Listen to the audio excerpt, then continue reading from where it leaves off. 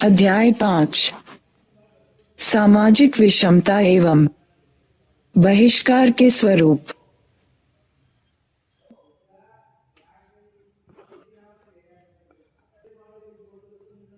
हमने पिछले 2 अध्यायों में परिवार, जाति, जनजाति और बाजार जैसी सामाजिक संस्थाओं पर विचार किया। इन संस्थाओं का समुदायों को बनाने तथा समाज को बनाए रखने में इनकी भूमिका के दृष्टिकोण से अध्ययन किया गया है। इस अध्याय में हम इन संस्थाओं के उतने ही महत्वपूर्ण पक्ष जैसे कि समाज के भीतर असमानता एवं बहिष्कार का सृजन करने एवं उसे कायम रखने में इनकी भूमिका का अध्ययन करेंगे।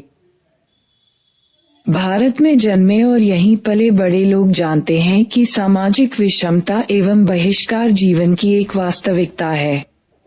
हम गलियों में और रेलवे प्लेटफॉर्म पर भिखारियों को देखते हैं।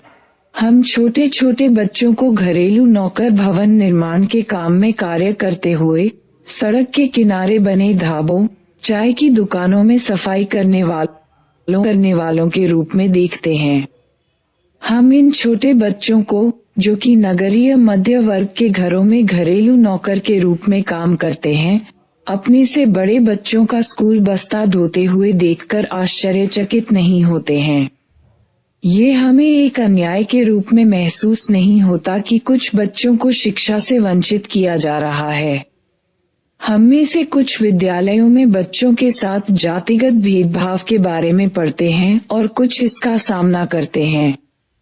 इसी प्रकार महिलाओं के खिलाफ हिंसा एवं अल्पसंख्यक समूहों तथा अन्यथा सक्षम लोगों के बारे में पूर्वाग्रह की खबरें भी हम रोजाना पढ़ते हैं। सामाजिक असमानता एवं बहिष्कार का ये रोजमर्रापन, इनका इस प्रकार रोजाना घटित होना इन्हें स्वाभाविक बना देता है। हमें लगने लगता है कि यह एकदम सामान्य बात है। ये कुदरती चीजें हैं जिन्हें बदला नहीं जा सकता। अगर हम असमानता एवं बहिष्कार को कभी कभी अपरिहार्य नहीं भी मानते हैं, तो अक्सर उन्हें उचित या न्यायसंगत भी मानते हैं। शायद लोग गरीब अथवा वंचित इसलिए होते हैं क्योंकि उनमें या तो योग्यता नहीं होती या वे अपनी स्थिति को सुधारने के लिए पर्याप्त परिश्रम नहीं करते। ऐसा मानकर हम उन्हें ही उनकी परिस्थितियों के लिए दोषी ठहराते हैं। यदि वे अधिक परिश्रम करते या बुद्धिमान होते तो वहां नहीं होते जहां वे आज हैं। गौर से देखने पर हम ये पाते हैं कि जो लोग समाज के सबसे निम्न स्तर के हैं, वही सबसे ज्यादा परिश्रम करते हैं। एक दक्षिण अमेरिकी कहावत है, यदि परिश्रम इतनी ही अच्छी चीज होती तो अमीर लोग हमेशा उसे अपने लिए बचा कर रखते। संपूर्ण विश्व में पत्थर तोड़ना, खुदाई करना, भारी वजन उठाना, रिक्शा या ठेला खींचना जैसे कमर तोड़ काम गरीब लोग ही करते हैं। फिर भी वे अपना जीवन शायद ही सुधार पाते हैं। ऐसा कितनी बार होता है कि कोई गरीब मजदूर एक छोटा मोटा ठेकेदार भी बन पाया हो। ऐसा तो केवल फिल्मों में ही होता है कि एक सड़क पर पलने वाला बच्चा उद्योगपति बन सकता है। परंतु फिल्मों में भी अधिकतर यही दिखाया जाता है कि ऐसे नाटकीय उत्थान के लिए गैर कानूनी या अनैतिक तरीका जरूरी है। क्रियाकलाप 5.1 अपने पड़ोस में रहने वाले कुछ धनी और गरीब व्यक्तियों की तलाश करें जिनसे आप या आपका परिवार परिचित है। उदाहरण के लिए एक रिक्शावाला या कुली या घरेलू नौकर और एक सिनेमा घर का मालिक या ठेकेदार या होटल मालिक या डॉक्टर। आपके परिवेश में कुछ और भी व्यक्ति हो सकते हैं। प्रत्येक समूह के एक व्यक्ति से उसकी दिनचर्या मालूम करें। प्रत्येक व्यक्ति के प्रतिदिन के क्रियाकलाप यानी कार्य के सामान्य दिनों में सुबह उठने से लेकर रात को सोने तक की गतिविधियों को डायरीबद्ध करें। इन डायरियों के आधार पर निम्नलिखित प्रश्नों के उत्तर दें तथा अपने सहपाठियों के साथ विचार विमर्श करें।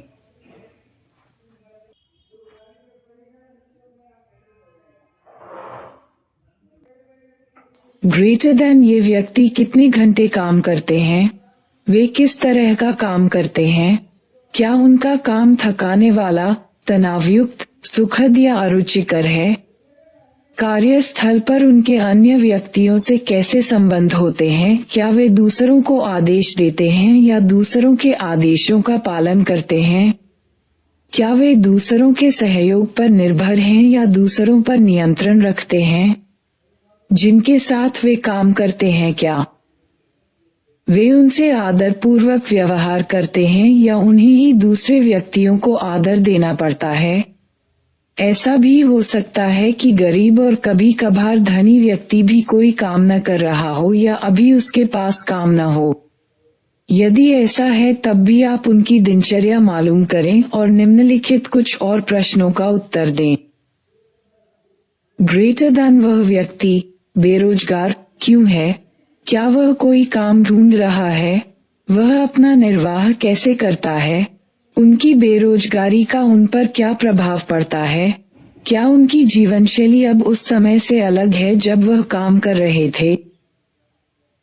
क्रियाकलाप 5.1 आपको सामान्य तौर पर व्याप्त इस सहजबोध पर पुनः विचार करने के लिए प्रेरित करता है कि एक व्यक्ति के जीवन में सिर्फ कठोर परिश्रम से सुधार संभव है। ये सच है कि कठोर परिश्रम तथा व्यक्तिगत योग्यता महत्वपूर्ण है। यदि बाकी सभी चीजें बराबर हों, तब व्यक्तिगत प्रयास, योग्यता एवं भाग्य ही व्यक्तियों के बीच के अंतर के लिए उत्तरदायी है। लेकिन जैसा कि हमेशा होता है, सभी चीजें एक समान नहीं होती हैं। यही अवैयक्तिक अथवा सामूहिक विभिन्नताएं सामाजिक असमानता एवं बहिष्कार को स्पष्ट करती हैं। 5.1 सामाजिक विषमता एवं बहिष्कार सामाजिक कैसे है? इस खंड में पूछे गए प्रश्न के 3 प्रमुख उत्तर हो सकते हैं, जो संक्षिप्त रूप से इस प्रकार हैं। पहला, सामाजिक विषमता, असमानता एवं बहिष्कार सामाजिक इसलिए है क्योंकि वे व्यक्ति से नहीं बल्कि समूह से संबद्ध है। दूसरे, ये सामाजिक हैं क्योंकि ये आर्थिक नहीं है, यद्यपि सामाजिक तथा आर्थिक असमानता में सामान्यतः एक मजबूत संबंध होना है।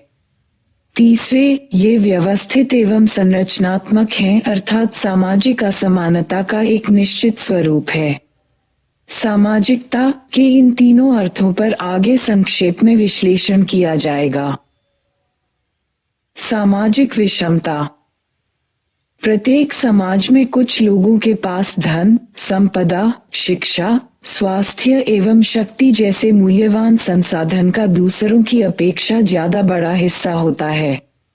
ये सामाजिक संसाधन पूंजी के 3 रूपों में विभाजित किए जा सकते हैं। भौतिक संपत्ति एवं आय के रूप में आर्थिक पूंजी, प्रतिष्ठा और शैक्षणिक योग्यताओं के रूप में सांस्कृतिक पूंजी, सामाजिक संगतियों एवं संपर्कों के जाल के रूप में सामाजिक पूंजी। बोर्दियू 1986। पूंजी के ये तीनों रूप अक्सर आपस में घुले मिले होते हैं तथा एक को दूसरे में बदला जा सकता है। उदाहरण के लिए, एक संपन्न परिवार का व्यक्ति अपनी आर्थिक पूंजी के जरिए महंगी उच्च शिक्षा प्राप्त कर सकता है। इस तरह वह अपनी आर्थिक पूंजी को सांस्कृतिक एवं शैक्षणिक स्वरूप दे सकता है। उसी प्रकार एक अन्य व्यक्ति अपने प्रभावशाली मित्रों व संबंधियों यानी अपनी सामाजिक पूंजी के जरिए अच्छी सलाह, सिफारिश या जानकारी पा सकता है और इनके द्वारा एक अच्छी आय वाली नौकरी पाकर सामाजिक पूंजी को आर्थिक पूंजी में बदल सकता है। सामाजिक संसाधनों तक असमान पहुंच की पद्धति ही साधारणतया सामाजिक विषमता कहलाती है। कुछ सामाजिक विषमताएं व्यक्तियों के बीच स्वाभाविक भिन्नता को प्रतिबिंबित करती हैं, उदाहरण स्वरूप उनकी योग्यता एवं प्रयास में भिन्नता। कोई व्यक्ति असाधारण बुद्धिमान या प्रतिभावान हो सकता है, या ये भी हो सकता है कि उसने समृद्धि और अच्छी स्थिति पाने के लिए कठोर परिश्रम किया हो। तथापि सामाजिक विषमता व्यक्तियों के बीच सहज या प्राकृतिक भिन्नता की वजह से नहीं है, बल्कि यह उस समाज द्वारा उत्पन्न की जाती है जिसमें वे रहते हैं। वह व्यवस्था जो एक समाज में लोगों का वर्गीकरण करते हुए एक अधिक्रमित संरचना में उन्हें श्रेणीबद्ध करती है, उसे समाजशास्त्री सामाजिक स्तरीकरण कहते हैं।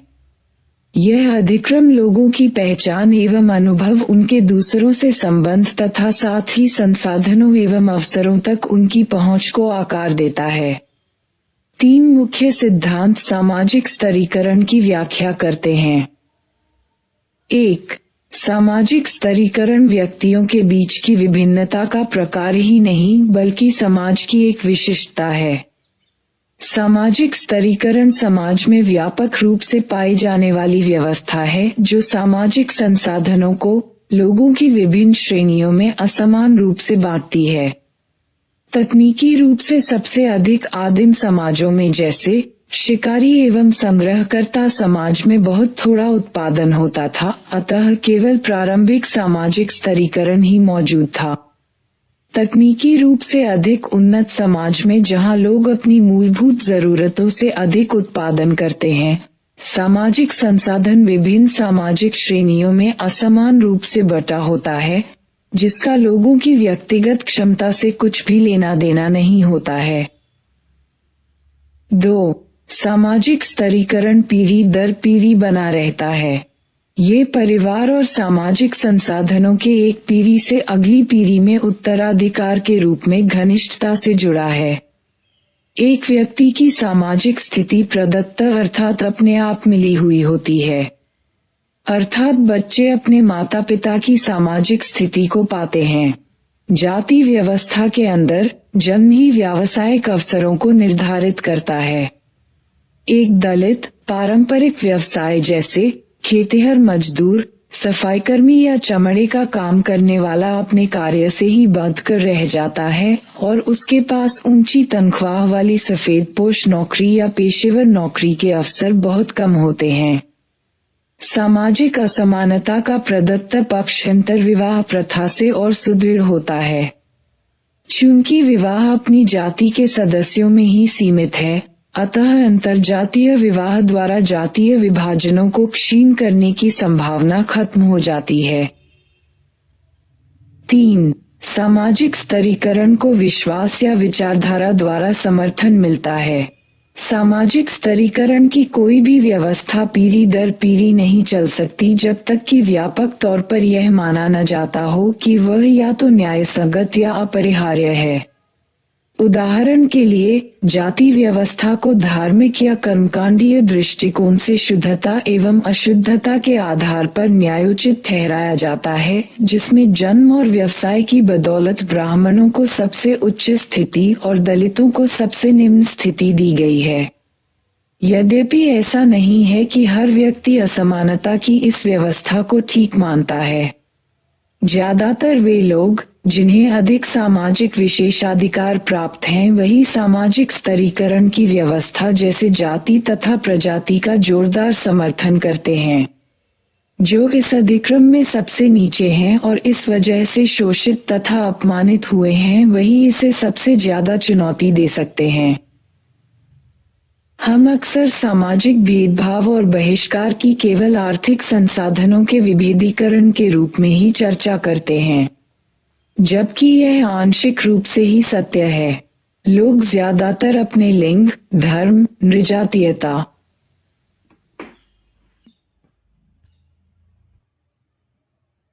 भाषा, जाति तथा विकलांगता की वजह से भेदभाव और बहिष्कार का सामना करते हैं। अतः एक अभिजात्य वर्ग की महिला भी सार्वजनिक स्थान पर यौन उत्पीड़न की शिकार हो सकती है। एक धार्मिक या नृजातीय अल्पसंख्यक समूह के मध्य वर्ग के व्यावसायिक व्यक्ति को भी महानगर की एक मध्यवर्गीय कॉलोनी में रहने के लिए घर लेने में कठिनाइयों का सामना करना पड़ता है। लोग दूसरे सामाजिक समूहों के बारे में ज्यादातर पूर्वाग्रह से ग्रस्त होते हैं। हम सब एक समुदाय के सदस्य के रूप में बड़े होते हैं, जिससे हर अपने समुदाय, जाति, वर्ग या लिंग के बारे में ही नहीं बल्कि इसके अलावा दूसरों के बारे में भी धारणाएं बनाते हैं। ये धारणाएं पूर्वाग्रह से ग्रस्त होती हैं। पूर्वाग्रह एक समूह के सदस्यों द्वारा दूसरे समूह के बारे में पूर्वकल्पित विचार या व्यवहार होता है। इस शब्द का अक्षरश अर्थ पूर्वनिर्णय है, अर्थात वह धारणा जो बिना विषय को जाने और बिना उसके तथ्यों को परखे शुरुआत में ही बना ली जाती है। एक पूर्वाग्रहित व्यक्ति के पूर्वकल्पित विचार सबूत साक्ष्यों के विपरीत सुनी सुनाई बातों पर आधारित होते हैं। यह नई जानकारी प्राप्त होने के बावजूद बदलने से इनकार करते हैं। पूर्वाग्रह सकारात्मक एवं नकारात्मक दोनों हो सकता है। वैसे ज्यादातर यह शब्द नकारात्मक रूप से लिए गए पूर्वनिर्णयों के लिए इस्तेमाल होता है, पर यह स्वीकारात्मक पूर्वनिर्णयों पर भी लागू होता है। उदाहरणतया, एक व्यक्ति अपनी जाति और समूह के सदस्यों के पक्ष में पूर्वाग्रहित हो सकता है और उन्हें बिना किसी सबूत के दूसरी जाति या समूह के सदस्यों से श्रेष्ठ मान सकता है। पूर्वाग्रह ज्यादातर एक समूह के बारे में अपरिवर्तनीय, कठोर और रूढ़िबद्ध धारणाओं पर आधारित होते हैं।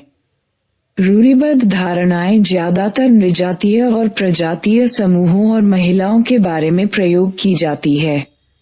भारत जैसे देश में, जो बहुत समय तक एक उपनिवेश रहा है, कई रूढ़िबद्ध विचार औपनिवेशिक देन हैं। कुछ समुदायों को वीर प्रजाति की संज्ञा दी गई तो कुछ को काया या पौरुषहीन और कुछ को दगाबाज कहा गया। अंग्रेजी व भारतीय भाषाओं की कथाओं में हम कई बार पाते हैं कि किसी पूरे के पूरे समुदाय को आलसी या चालाक कहा जाता है। यह सही है कि कुछ व्यक्ति किसी समय आलसी या चालाक, बहादुर या काया हो सकते हैं, किंतु ऐसा सामान्य कथन सभी समूह के कुछ व्यक्तियों के बारे में सच हो सकता है, पूरे समुदाय के लिए नहीं।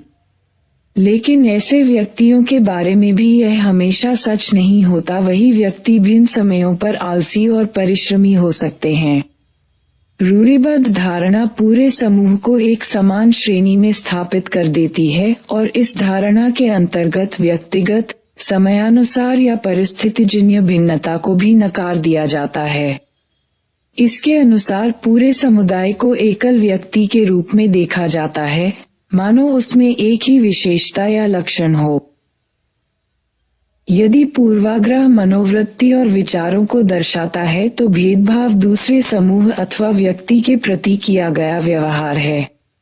भेदभाव को व्यवहारिक रूप में इस प्रकार भी देखा जा सकता है जिसके तहत एक समूह के सदस्य उन अवसरों के लिए अयोग्य करार दिए जाते हैं जो दूसरे के लिए खुले होते हैं, जैसे जब एक व्यक्ति को उसके लिंग अथवा धर्म के आधार पर नौकरी देने से मना कर दिया जाता है। भेदभाव को प्रमाणित करना बहुत कठिन है क्योंकि हो सकता है कि यह न तो खुले तौर पर हो और न ही स्पष्टतया घोषित हो। भेदभावपूर्ण व्यवहार को इस तरह भी प्रदर्शित किया जा सकता है जैसे कि वह दूसरे कारणों द्वारा प्रेरित हो जो भेदभाव की तुलना में ज्यादा न्यायसंगत कारण प्रतीत होता है। उदाहरण के लिए, जिस व्यक्ति को उसकी जाति के आधार पर नौकरी देने से मना किया गया है, उसको कहा जा सकता है कि उसकी योग्यता दूसरों से कम है तथा चयन पूर्ण रूप से योग्यता के आधार पर किया गया है। सामाजिक अपवर्जन या बहिष्कार। सामाजिक बहिष्कार वह तौर तरीके हैं जिनके जरिए किसी व्यक्ति या समूह को समाज में पूरी तरह घुलने मिलने से रोका जाता है, वह अलग या पृथक रखा जाता है। यह उन सभी कारकों पर ध्यान दिलाता है जो व्यक्ति या समूह को उन अवसरों से वंचित करते हैं जो अधिकांश जनसंख्या के लिए खुले होते हैं। भरपूर तथा क्रियाशील जीवन जीने के लिए व्यक्ति को जीवन की मूलभूत आवश्यकताओं जैसे रोटी, कपड़ा तथा मकान के अलावा अन्य आवश्यक वस्तुओं और सेवाओं जैसे शिक्षा, स्वास्थ्य, यातायात के साधन, बीमा, सामाजिक सुरक्षा, बैंक तथा यहाँ तक कि पुलिस एवं न्यायपालिका की भी जरूरत होती है। सामाजिक भेदभाव आकस्मिक या अनायास रूप से नहीं बल्कि व्यवस्थित तरीके से होता है। ये समाज की संरचनात्मक विशेषताओं का परिणाम है। यहाँ इस बात पर ध्यान देना महत्वपूर्ण है कि सामाजिक बहिष्कार अनैच्छिक होता है, अर्थात बहिष्कार बहिष्कृत लोगों की इच्छाओं के विरुद्ध कार्यान्वित होता है। उदाहरण के लिए, शहरों तथा कस्बों में हम हजारों बेघर गरीब लोगों की तरह धनी व्यक्तियों को कभी भी फुटपाथ या पुलों के नीचे सोते हुए नहीं देखते हैं। इसका अर्थ यह नहीं कि धनी व्यक्ति फुटपाथ या पाकों का प्रयोग करने से बहिष्कृत हैं। यदि वे चाहें तो निश्चित रूप से इनका प्रयोग कर सकते हैं, परंतु वे ऐसा करना नहीं चाहते। सामाजिक भेदभाव को कभी कभी इस गलत तर्क से न्यायसंगत ठहराया जाता है कि बहिष्कृत समूह स्वयं ही सम्मिलित होने का इच्छुक नहीं है। इस तरह का तर्क इच्छित या चहेती चीजों के संदर्भ में सरासर गलत है। यह उस स्थिति से बिल्कुल अलग है जहां अमीर लोग स्वेच्छा से फुटपाथ पर नहीं सोते या बोझा ढोने का काम नहीं करते। भेदभाव अथवा अपमानजनक व्यवहार का लंबा अनुभव प्रायः इस तरह की प्रतिक्रिया के रूप में प्रकट होता है कि बहिष्कृत व्यक्ति मुख्यधारा में शामिल होने के प्रयास अक्सर बंद कर देते हैं। उदाहरण के लिए, उच्च जातीय हिंदू समुदायों ने अक्सर निम्न जातियों के, विशेष रूप से दलितों के, मंदिर में प्रवेश पर पाबंदी लगाई है। दशकों तक इस तरह के बर्ताव के पश्चात दलितों ने अपने मंदिर बना लिए या बौद्ध, ईसाई या इस्लाम जैसे अन्य धर्म को अपना लिया। ऐसा करने के बाद वे हिंदू मंदिर में प्रवेश करने या किसी भी धार्मिक उपलक्ष्य में सम्मिलित होने के इच्छुक नहीं होंगे। लेकिन इसका अर्थ यह नहीं है कि सामाजिक बहिष्कार नहीं किया जाता। ऐसी स्थिति बहिष्कार व अपमान के लंबे अनुभव से ही उपजती है। महत्वपूर्ण बात यह है कि बहिष्कार बहिष्कृत व्यक्ति की इच्छा अनिच्छा की तरफ ध्यान ही नहीं देता। अधिकांश समाजों की तरह भारत में भी सामाजिक भेदभाव तथा बहिष्कार चरम रूप में पाया जाता है। इतिहास की विभिन्न अवधियों में जाति, लिंग तथा धार्मिक भेदभाव के विरुद्ध आंदोलन हुए हैं, लेकिन इसके बावजूद पूर्वाग्रह बना रहता है तथा अक्सर नए पूर्वाग्रह उत्पन्न हो जाते हैं। अतः कानून अकेले अपने बूते पर समाज को रूपांतरित करने अथवा स्थायी सामाजिक परिवर्तन लाने में असमर्थ है। ये सब समाप्त करने के लिए परिवर्तन, जागरूकता एवं संवेदनशीलता के साथ एक सतत सामाजिक अभियान की आवश्यकता है। आप भारतीय समाज पर उपनिवेशवाद के प्रभाव के बारे में पहले ही पढ़ चुके हैं। भेदभाव तथा बहिष्कार का क्या अर्थ है? यह विशेषाधिकार प्राप्त भारतीयों को तब समझ आया जब वे ब्रिटिश औपनिवेशिक राज्यों के हाथों इसका शिकार हुए। इस प्रकार के अनुभव निस्संदेह विभिन्न सामाजिक भेदभावग्रस्त समूहों जैसे महिलाएं, दलितों तथा अन्य उत्पीड़ित जातियों एवं जनजातियों के लिए सामान्य थे। लेकिन उपनिवेशवाद ने अभिजात्य वर्ग को भी भेदभाव से अवगत कराया। औपनिवेशिक शासन के अपमानजनक व्यवहार का सामना करने के साथ साथ लोकतंत्र तथा न्याय के विचारों से परिचित होने से भारतीयों ने बहुत से समाज सुधार आंदोलनों को प्रारंभ किया एवं उनमें सम्मिलित हुए। इस अध्याय में हम ऐसे 4 समूहों पर प्रकाश डालेंगे जो गंभीर सामाजिक विषमता एवं बहिष्कार के शिकार रहे हैं, मुख्यतः दलित या पूर्व अछूत जातियां, आदिवासी अथवा वह समुदाय जिन्हें जनजाति माना जाता है, महिलाएं तथा अन्यथा सक्षम लोग। निम्नलिखित भागों में हम प्रत्येक के संघर्ष एवं उपलब्धि की कहानी पर प्रकाश डालने का प्रयास करेंगे। इसके अलावा अन्य ऐसे समूह और भी हैं जैसे ट्रांसजेंडर समूह, तीसरे जेंडर के लोग।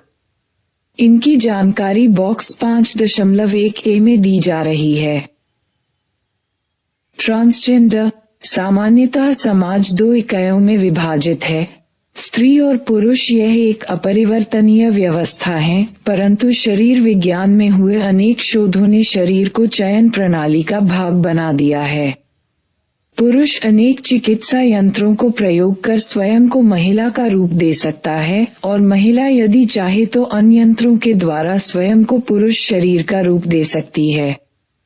इस दृष्टि से शल्य चिकित्सा प्रविधि के द्वारा अपनी जेंडर पहचान में इच्छानुसार अथवा किसी अन्य कारण से बदलाव किया जा सकता है।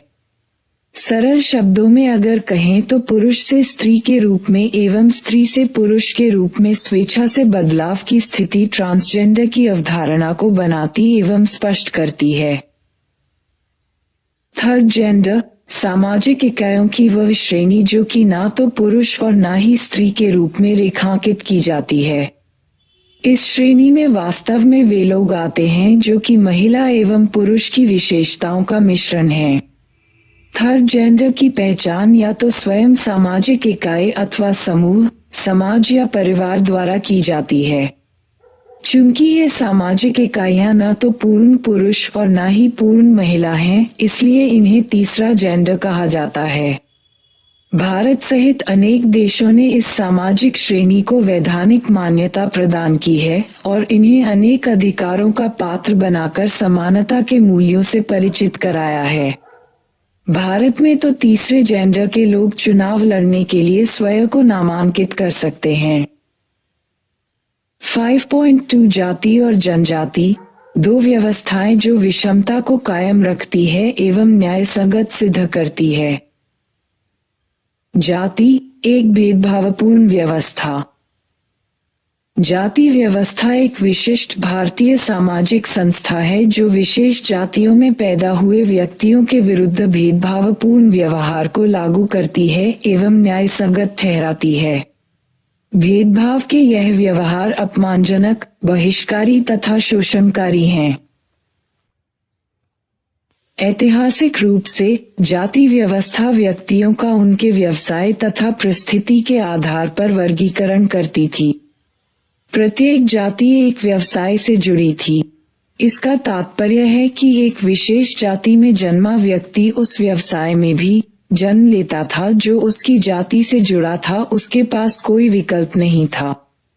इसके अतिरिक्त शायद इससे भी महत्वपूर्ण बात ये कि प्रत्येक जाति का सामाजिक परिस्थिति या हैसियत के अधिक्रम में एक विशेष स्थान भी होता था। अतः मोटे तौर पर कहा जा सकता है कि सिर्फ सामाजिक परिस्थिति के अनुसार ही व्यावसायिक श्रेणियां श्रेणीबद्ध नहीं थीं, बल्कि प्रत्येक बृहत व्यावसायिक श्रेणी के अंदर पुनः श्रेणी क्रम था। धर्मव्रत के सख्त नियमों के अनुसार सामाजिक तथा आर्थिक परिस्थिति को निश्चित रूप से अलग रखा जाता था। उदाहरण के लिए आनुष्ठानिक रूप से सबसे ऊंची जाति ब्राह्मण को धन संचय की अनुमति नहीं थी।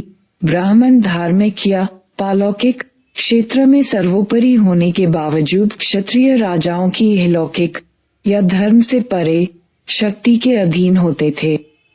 दूसरी तरफ उच्चतम चिरकालिक परिस्थिति एवं शक्ति के बावजूद राजा अनुष्ठानिक धार्मिक क्षेत्र में ब्राह्मणों के अधीन होते थे। इसकी तुलना बॉक्स 5.1 में दिए गए रंगभेद व्यवस्था के वर्णन से कीजिए। हालांकि वास्तविक ऐतिहासिक व्यवहार में सामाजिक तथा आर्थिक परिस्थिति एक दूसरे के अनुरूप होती थी।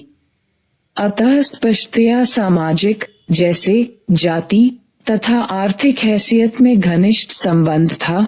उच्च जातियां प्रायः निर्विवाद रूप से उच्च आर्थिक परिस्थिति की थीं, जबकि निम्न जातियां प्रायः निम्न आर्थिक स्थिति की होती थीं। आधुनिक काल में विशेष रूप से 19वीं सदी से जाति तथा व्यवसाय के बीच के संबंध काफी ढीले हुए हैं। व्यावसायिक परिवर्तन संबंधित आनुष्ठानिक धार्मिक प्रतिबंध आज उतनी आसानी से लागू नहीं किए जा सकते हैं तथा पहले की अपेक्षा अब व्यवसाय परिवर्तन आसान हो गया है। इसके अतिरिक्त 100 या 50 वर्ष पहले की तुलना में जाति तथा आर्थिक स्थिति के सहसंबंध कमजोर हुए हैं। आज अमीर तथा गरीब लोग हर जाति में पाए जाते हैं, लेकिन मुख्य बात यह है कि जाति वर्ग का परस्पर संबंध वृहत स्तर पर अभी भी पूरी तरह कायम है। व्यवस्था के थोड़ा कम सख्त होने पर मोटे तौर पर समान सामाजिक एवं आर्थिक स्थिति वाली जातियों के बीच का फासला कम हुआ है, परंतु विभिन्न सामाजिक आर्थिक समूहों के बीच जातीय अंतर अभी भी बना हुआ है।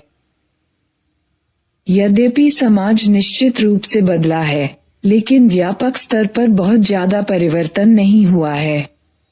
यह आज भी सच है कि समाज का साधन संपन्न व ऊंचे ओहदे वाले वर्ग में अत्यधिक कथित उच्च जाति के लोग हैं, जबकि वंचित तथा निम्न आर्थिक स्थिति वाले वर्ग में कथित निम्न जातियों की प्रधानता है। इसके अतिरिक्त कथित ऊंची व नीची जातियों के गरीब और संपन्न तबकों के अनुपात में जमीन आसमान का फर्क है। तालिका 1 और 2 देखें। संक्षेप में कहें तो ये सच है कि एक सदी से चल रहे सामाजिक आंदोलनों ने कई महत्वपूर्ण परिवर्तन किए, उत्पादन व्यवस्था में भारी बदलाव आए तथा साथ ही स्वतंत्र भारत की राजसत्ता ने सार्वजनिक क्षेत्र में जाति पर अंकुश लगाने की भरपूर कोशिश की। लेकिन इन परस्पर प्रयत्नों के बावजूद 21वीं सदी में भी जाति भारतीयों के जीवन अवसरों को सतत प्रभावित कर रही है। प्रजाति और जाति एक अंतः सांस्कृतिक तुलना। Box 5.1b। भारत की जाति प्रथा की तरह दक्षिण अफ्रीका में प्रजाति के आधार पर समाज को श्रेणीबद्ध किया गया है। लगभग हर 7 दक्षिण अफ्रीकी व्यक्ति में से एक यूरोपीय वंश का है। फिर भी दक्षिण अफ्रीका के अल्पसंख्यक श्वेतों का वहां की शक्ति एवं संपदा पर प्रबल अधिकार है। डच व्यापारी 17वीं शताब्दी के मध्य में दक्षिण अफ्रीका में बस गए। 19वीं शताब्दी के शुरू में उनके वंशजों को ब्रिटिश उपनिवेशकों द्वारा भीतरी प्रदेशों में खदेड़ दिया गया था। 20वीं सदी की शुरुआत में ब्रिटिश ने पहले संघ का तथा बाद में दक्षिण अफ्रीकी गणराज्य पर नियंत्रण कर लिया। अपने राजनीतिक नियंत्रण को सुनिश्चित करने के लिए अल्पसंख्यक श्वेतों ने रंगभेद अथवा प्रजाति के पृथक्करण की नीति को विकसित किया। ये कई वर्षों तक अनौपचारिक व्यवहार में रहा। बाद में 1948 में इसको कानूनी मान्यता दी गई तथा बहुसंख्यक दक्षिण अफ्रीकी अश्वेतों को वहां की नागरिकता, जमीन के स्वामित्व से तथा सरकार में शामिल होने के औपचारिक अधिकार से वंचित कर दिया गया।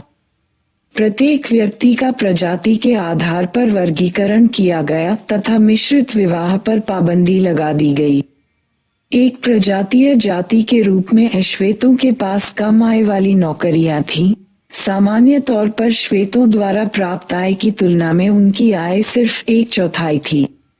20वीं सदी के उत्तरार्ध में लाखों अश्वेतों को बांदुस्तान या गृह क्षेत्रों में बलपूर्वक पुनः स्थापित किया गया, जो गंदगी से भरा गरीब क्षेत्र था, जहां आधारभूत संरचना, उद्योग तथा नौकरी बिल्कुल नहीं थी। ये सभी गृह क्षेत्र एक साथ मिलकर पूरे दक्षिण अफ्रीका की सिर्फ 14% जमीन का हिस्सा थे, जबकि अश्वेत पूरे देश की जनसंख्या के अनुपात में 80% थे। परिणामतः तीव्र भूखमरी तथा परेशानियां व्यापक रूप में फैल गईं।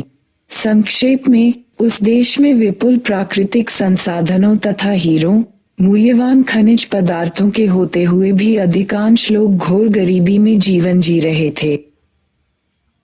समृद्ध अल्पसंख्यक श्वेतों ने अपने विशेषाधिकार का बचाव अश्वेतों को सामाजिक रूप से निम्न घोषित करते हुए किया। फिर भी वे अपने शासन को बनाए रखने के लिए सैन्य शक्तिशाली व्यवस्था पर आश्रित थे। अश्वेत विद्रोहियों को नित्य प्रतिदिन जेल में डाला जाता था और प्रताड़ित किया जाता था तथा उनकी हत्या की जाती थी। शासकीय आतंक के बावजूद अश्वेतों ने दशकों तक एकजुट होकर अफ्रीकी राष्ट्रीय कांग्रेस तथा नेल्सन मंडेला के नेतृत्व में संघर्ष किया तथा अंततोगत्वा वे सत्ता में आने में सफल हुए तथा 1994 में सरकार बनाए। यद्यपि उत्तर रंगभेदी दक्षिण अफ्रीकी संविधान ने प्रजातीय भेदभाव पर प्रतिबंध लगाया है, तथापि आर्थिक पूंजी अभी भी श्वेत लोगों के हाथ में केंद्रित है। बहुसंख्यक अश्वेतों का सशक्तिकरण करना नए समाज को निरंतर चुनौती प्रस्तुत करता है। मैंने श्वेतों के प्रभुत्व के विरुद्ध संघर्ष किया है तथा मैंने अश्वेतों के प्रभुत्व के विरुद्ध संघर्ष किया है। मैंने प्रजातंत्र के आदर्श तथा एक आजाद समाज का सपना संजोया है, जहां सभी लोग एक दूसरे से सामंजस्य स्थापित करते हुए एक समान अवसर का उपयोग करते हुए रहेंगे। यह एक आदर्श है जिसको पाने की तथा जिसके लिए जीने की मैं आशा करता हूँ। परंतु यदि आवश्यकता हुई तो इस आदर्श की खातिर मैं मरने के लिए भी तैयार हूँ। सारणी 1 तथा 2 के लिए अभ्यास। सारणी 1 2011-12 की जनसंख्या में शासकीय गरीबी की रेखा से नीचे रहने वाले प्रत्येक जाति एवं समुदाय का प्रतिशत दर्शाती है। ग्रामीण एवं नगरीय भारत के लिए भिन्न भिन्न कॉलम हैं। सारणी 2 भी उसी प्रकार बनाई गई है, सिवाय इसके कि इसमें गरीबी रेखा के बजाय अमीर लोगों का प्रतिशत दर्शाया गया है। अमोरी को ग्रामीण भारत में 1000 रु प्रति व्यक्ति प्रति माह व्यय एवं नगरीय भारत में 2000 रु प्रति व्यक्ति प्रति माह व्यय के रूप में परिभाषित किया गया है। ये ग्रामीण भारत में 5 व्यक्तियों के परिवार के द्वारा 5000 रु प्रति माह व्यय तथा नगरीय भारत में 10,000 रु प्रति माह के बराबर है। निम्नलिखित प्रश्नों के उत्तर देने से पहले कृपया इन तालिकाओं को ध्यान से पढ़ें। 1. भारतीय जनसंख्या के कितने प्रतिशत लोग गरीबी रेखा के नीचे क ग्रामीण भारत में और ख नगरीय भारत में रहते हैं? 2. किस जाति समुदाय समूह के ज्यादातर लोग क ग्रामीण तथा ख नगरीय भारत में अत्यधिक गरीबी में जिंदगी गुजार रहे हैं? किस जाति समुदाय के सबसे कम प्रतिशत लोग गरीबी में जीते हैं? 3. प्रत्येक निम्न जाति, अनुसूचित जनजाति, अन्य पिछड़े वर्ग का गरीबी का प्रतिशत राष्ट्रीय सामान्य प्रतिशत से लगभग कितने गुना अधिक है? क्या इसमें कोई महत्वपूर्ण ग्रामीण नगरीय विभिन्नता है? 4. ग्रामीण एवं नगरीय भारत की जनसंख्या में किस जाति समुदाय के लोगों का अमीरी में सबसे कम प्रतिशत है? राष्ट्रीय सामान्य अनुपात से इसकी तुलना कैसे की जा सकती है? 5. उच्च हिंदू जाति की अमीर जनसंख्या का प्रतिशत निम्न जाति, अनुसूचित जनजाति एवं अन्य पिछड़े वर्ग के प्रतिशत से लगभग कितना गुना ज्यादा है?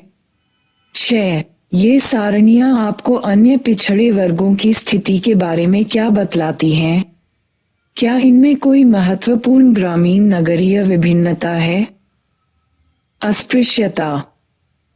अस्पृश्यता, जिसे आम बोलचाल में छुआछूत कहा जाता है, जाति व्यवस्था का एक अत्यंत घृणित एवं दूषित पहलू है, जो धार्मिक एवं कर्मकांडीय दृष्टि से शुद्धता एवं अशुद्धता के पैमाने पर सबसे नीची मानी जाने वाली जातियों के सदस्यों के विरुद्ध अत्यंत कठोर सामाजिक अनुशास्त्रियों दंडों का विधान करता है।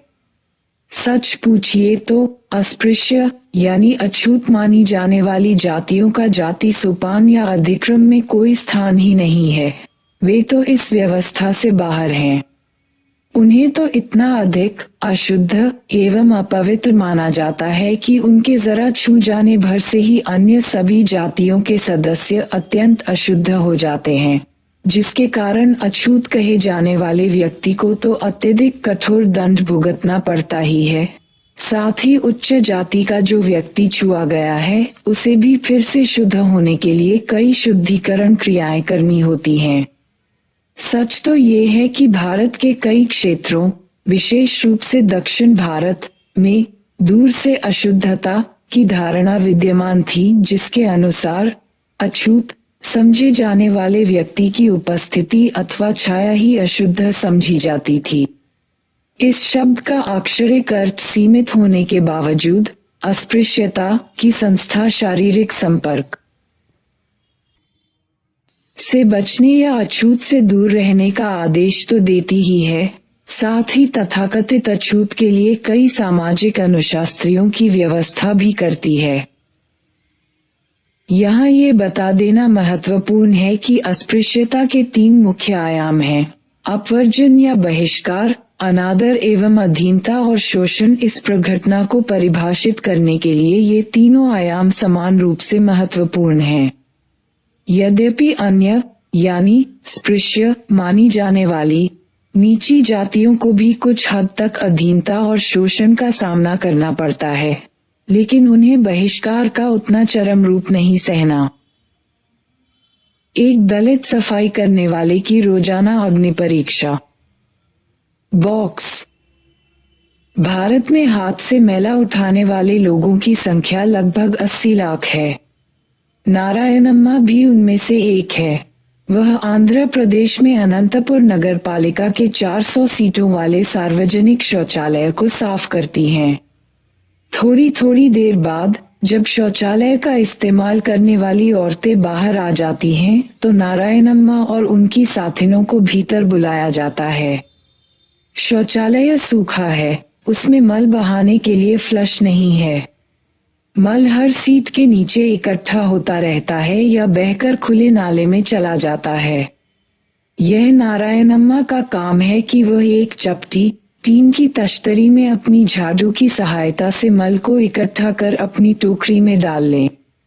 जब टोकरी भर जाती है तो वह उसे सिर पर उठाकर एक ट्रैक्टर ट्रॉली में डाल आती हैं, जो आधा किलोमीटर की दूरी पर खड़ा होकर उनका इंतजार करता रहता है, और फिर वह वापस आकर शौचालय से आने वाली अगली पुकार के लिए इंतजार करने लगती हैं। ये क्रम सवेरे लगभग 10 बजे तक चलता रहता है, जब अंत में नारायणम्मा धो पोंछकर वापस अपने घर को चल पड़ती हैं। अरे म्यूनिसिपैलिटी, जरा आओ, इसे साफ करो, नारायणम्मा और उनकी साथिनों अधिकतर लोग इन्हीं शब्दों में पुकारते हैं जब वे सड़क पर जा रही होती हैं। यह ऐसा है जैसे हमारा तो कोई नाम ही नहीं है, वह कहती हैं, और अक्सर जब हम लोगों के पास से गुजरते हैं तो वे अपनी नाक कपड़े से ढक लेते हैं, मानो हम में से बदबू आ रही हो। जब हम नगरपालिका के नल या हैंडपंप से पानी लेने जाती हैं तो हमें औरों द्वारा पानी का नलका चालू करने या हैंडपंप चलाने का इंतजार करना पड़ता है, ताकि हमारे छूने से नल या पंप अपवित्र न हो जाए। चाय की दुकानों में हम औरों के साथ बेंच पर नहीं बैठ सकते, हम फर्श पर बैठते हैं। अभी कुछ समय पहले तक हमारे लिए अलग टूटे हुए प्याले होते थे, जिन्हें हम खुद धोया करते थे, और ये प्याले हमारे इस्तेमाल के लिए ही अलग रखे जाते थे। ये रिवाज आज भी अनंतपुर के आसपास के गांवों में और राज्य के अन्य भागों में भी चल रहा है। स्रोत: हर्ष मंदर, 2001, 38-39 से यथोचित परिवर्तन के साथ उद्धृत। पड़ता जो कि अछूतों के लिए आरक्षित है। दलितों को तो बहिष्कार के इतने भयंकर रूप भुगतने पड़ते हैं जो और समूहों को नहीं सहने पड़ते। उदाहरण के लिए, उन्हें पेयजल के सामान्य स्रोतों से पानी नहीं लेने दिया जाता, उनके कुएं, हैंडपंप, घाट आदि अलग होते हैं। वे सामूहिक धार्मिक पूजा आराधना, सामाजिक समारोहों और त्योहारों उत्सवों में भाग नहीं ले सकते। साथ ही उनसे अनेक छोटे काम जोर जबरदस्ती से कराए जाते हैं, जैसे किसी धार्मिक उत्सव पर ढोल नगाड़े बजाना। अनादर और अधीनता सूचक अनेक कार्य सार्वजनिक रूप से कराना अस्पृश्यता की प्रथा का एक महत्वपूर्ण अंग है। उन्हें तथाकथित ऊंची जातियों के लोगों के प्रति जबरदस्ती सम्मान प्रदर्शित करने के लिए अनिच्छापूर्वक कई व्यवहार करने पड़ते हैं, जैसे टोपी या पगड़ी उतारना, पहने हुए जूतों को उतारकर हाथ में पकड़कर ले जाना, सिर झुकाकर खड़े रहना, एकदम साफ या चमचमाते हुए कपड़े नहीं पहनना, आदि आदि। इसके अलावा अपशब्द सुनना और अपमान सहना तो उनका रोजमर्रा का काम है। इसके अतिरिक्त तरह तरह का आर्थिक शोषण तो मानव इस अस्पृश्यता की कुरीति के साथ सदा से ही जुड़ा है। उन्हें आमतौर पर बेगाड़ करनी पड़ती है, जिसके लिए उन्हें कोई पैसा नहीं दिया जाता या बहुत कम मजदूरी दी जाती है। कभी कभी तो उनकी संपत्ति छीन ली जाती है। संक्षेप में, अस्पृश्यता एक अखिल भारतीय प्रघटना है। हालांकि उसके विशिष्ट रूपों एवं गहनताओं में विभिन्न क्षेत्रों तथा सामाजिक ऐतिहासिक संदर्भों में काफी अधिक अंतर होता है। इन तथाकथित अस्पृश्यों को पिछली अनेक शताब्दियों से सामूहिक रूप से भिन्न भिन्न नामों से पुकारा जाता रहा है। इन नामों की अपनी व्युत्पत्ति कुछ भी हो और इनका मूल अर्थ चाहे कुछ भी रहा हो, पर अब वे सब अत्यंत अपमानसूचक एवं निंदात्मक हैं। सच तो ये है कि उनमें से अनेक शब्द तो आज भी गाली के तौर पर इस्तेमाल किए जाते हैं, हालांकि आज उनका प्रयोग एक दंडनीय अपराध माना जाता है। महात्मा गांधी ने इन जाति नामों के निंदात्मक आरोप को दूर करने के लिए 1930 के दशक में उन्हें हरिजन, जिसका शाब्दिक अर्थ परमात्मा के बच्चे हैं, कहकर पुकारना शुरू किया। ये काफी लोकप्रिय हुआ, किंतु भूतपूर्व अस्पृश्य समुदायों और उनके नेताओं ने एक दूसरा शब्द दलित गढ़ा, जो इन सभी समूहों का उल्लेख करने के लिए अब आमतौर पर स्वीकार कर लिया गया है। भारतीय भाषाओं में दलित शब्द का अक्षरिक अर्थ है पैरों से कुचला हुआ, और यह उत्पीड़ित लोगों का द्योतक है। ये शब्द न तो डॉक्टर अंबेडकर द्वारा गढ़ा गया था और न ही अक्सर उनके द्वारा इसका प्रयोग किया गया था, पर इसमें उनका चिंतन तथा दर्शन एवं उनके उस आंदोलन का मूल भाव निश्चित रूप से गुंजायमान है जो उनके नेतृत्व में दलितों को सशक्त बनाने के लिए चलाया गया था। 1970 के दशक में मुंबई में हुए जातीय दंगों के दौरान इस शब्द का प्रयोग बहुत व्यापक रूप से किया गया। उस समय पश्चिमी भारत में दलित पैंथर्स नाम का जो उग्र समूह उभरा, उसने अपने अधिकारों तथा मान मर्यादा के लिए चलाए गए संघर्ष के अंतर्गत अपनी अलग पहचान बनाने के लिए इस शब्द का प्रयोग किया। जातियों और जनजातियों के प्रति भेदभाव मिटाने के लिए राज्य और अन्य संगठनों द्वारा उठाए गए कदम। स्वतंत्रता प्राप्ति के पहले से ही भारतीय राज्य यानी भारत सरकार अनुसूचित जनजातियों और अनुसूचित जातियों के लिए अनेक विशेष कार्यक्रम चलाती रही है। ब्रिटिश भारत की सरकार ने 1935 में अनुसूचित जातियों और जनजातियों की अनुसूचियां तैयार की थीं, जिनमें उन जातियों तथा जनजातियों के नाम दिए गए थे जिन्हें उनके विरुद्ध बड़े पैमाने पर किए जा रहे भेदभाव के कारण विशेष बर्ताव का पात्र माना गया था। स्वतंत्रता प्राप्ति के बाद उन नीतियों को तो जारी रखा ही गया, उनमें कई नई नीतियां भी जोड़ दी गईं। इनमें सबसे उल्लेखनीय परिवर्तन ये किया गया कि 1990 के दशक के प्रारंभिक वर्षों से अन्य पिछड़े वर्गों के लिए भी कुछ विशेष कार्यक्रम जोड़ दिए गए हैं। पुराने और वर्तमान जातीय भेदभाव को दूर करने और उससे हुई क्षति की पूर्ति करने के लिए राज्य की ओर से जो सबसे महत्वपूर्ण कदम उठाया गया है, उसे आम लोगों में आरक्षण के नाम से जाना जाता है। इसके अंतर्गत सार्वजनिक जीवन के विभिन्न पक्षों में अनुसूचित जातियों और जनजातियों के सदस्यों के लिए कुछ स्थान या सीटें अलग निर्धारित कर दी जाती हैं। इन आरक्षणों में अनेक किस्म के आरक्षण शामिल हैं, जैसे राज्य और केंद्रीय विधानमंडलों यानी राज्य विधानसभाओं, लोकसभा और राज्यसभा में। सीटों का आरक्षण सभी विभागों और सार्वजनिक क्षेत्र की कंपनियों के अंतर्गत सरकारी सेवा में नौकरियों का आरक्षण, शैक्षिकी संस्थाओं में सीटों का आरक्षण। आरक्षित सीटों का अनुपात समस्त जनसंख्या में अनुसूचित जातियों और जनजातियों के प्रतिशतांश के बराबर होता है, लेकिन अन्य पिछड़े वर्गों के लिए यह अनुपात अलग आधार पर निश्चित किया गया है। इसी सिद्धांत को सरकार के अन्य विकास कार्यक्रमों पर भी लागू किया गया है। उनमें से कुछ तो विशेष रूप से अनुसूचित जातियों या जनजातियों के लिए हैं, जबकि कुछ अन्य कार्यक्रमों में उन्हें अधिमान्यता या वरीयता दी जाती है। आरक्षण के अतिरिक्त और भी बहुत से कानून हैं जो जातीय भेदभाव, विशेष रूप से अस्पृश्यता को खत्म करने, रोकने अथवा उसके लिए दंड देने के लिए बनाए गए हैं। ऐसे शुरुआती कानूनों में एक था 1850 का जातीय नियोग्यता निवारण अधिनियम, जिसमें यह व्यवस्था की गई थी कि केवल धर्म या जाति के परिवर्तन के कारण ही नागरिकों के अधिकारों को कम नहीं किया जाएगा।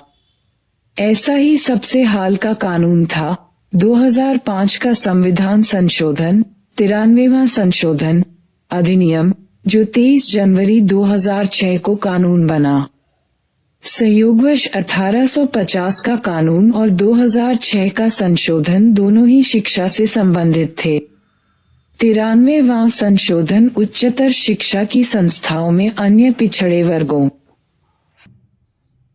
दलित प्रतिरोध का समकालीन उदाहरण।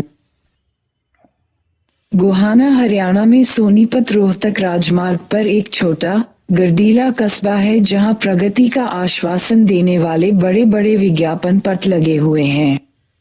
कस्बे के चौक से आगे बढ़ने पर गोहाना की सबसे बड़ी दलित बस्ती वाल्मीकि कॉलोनी आती है, जो अब राख के ढेर से उभरी है।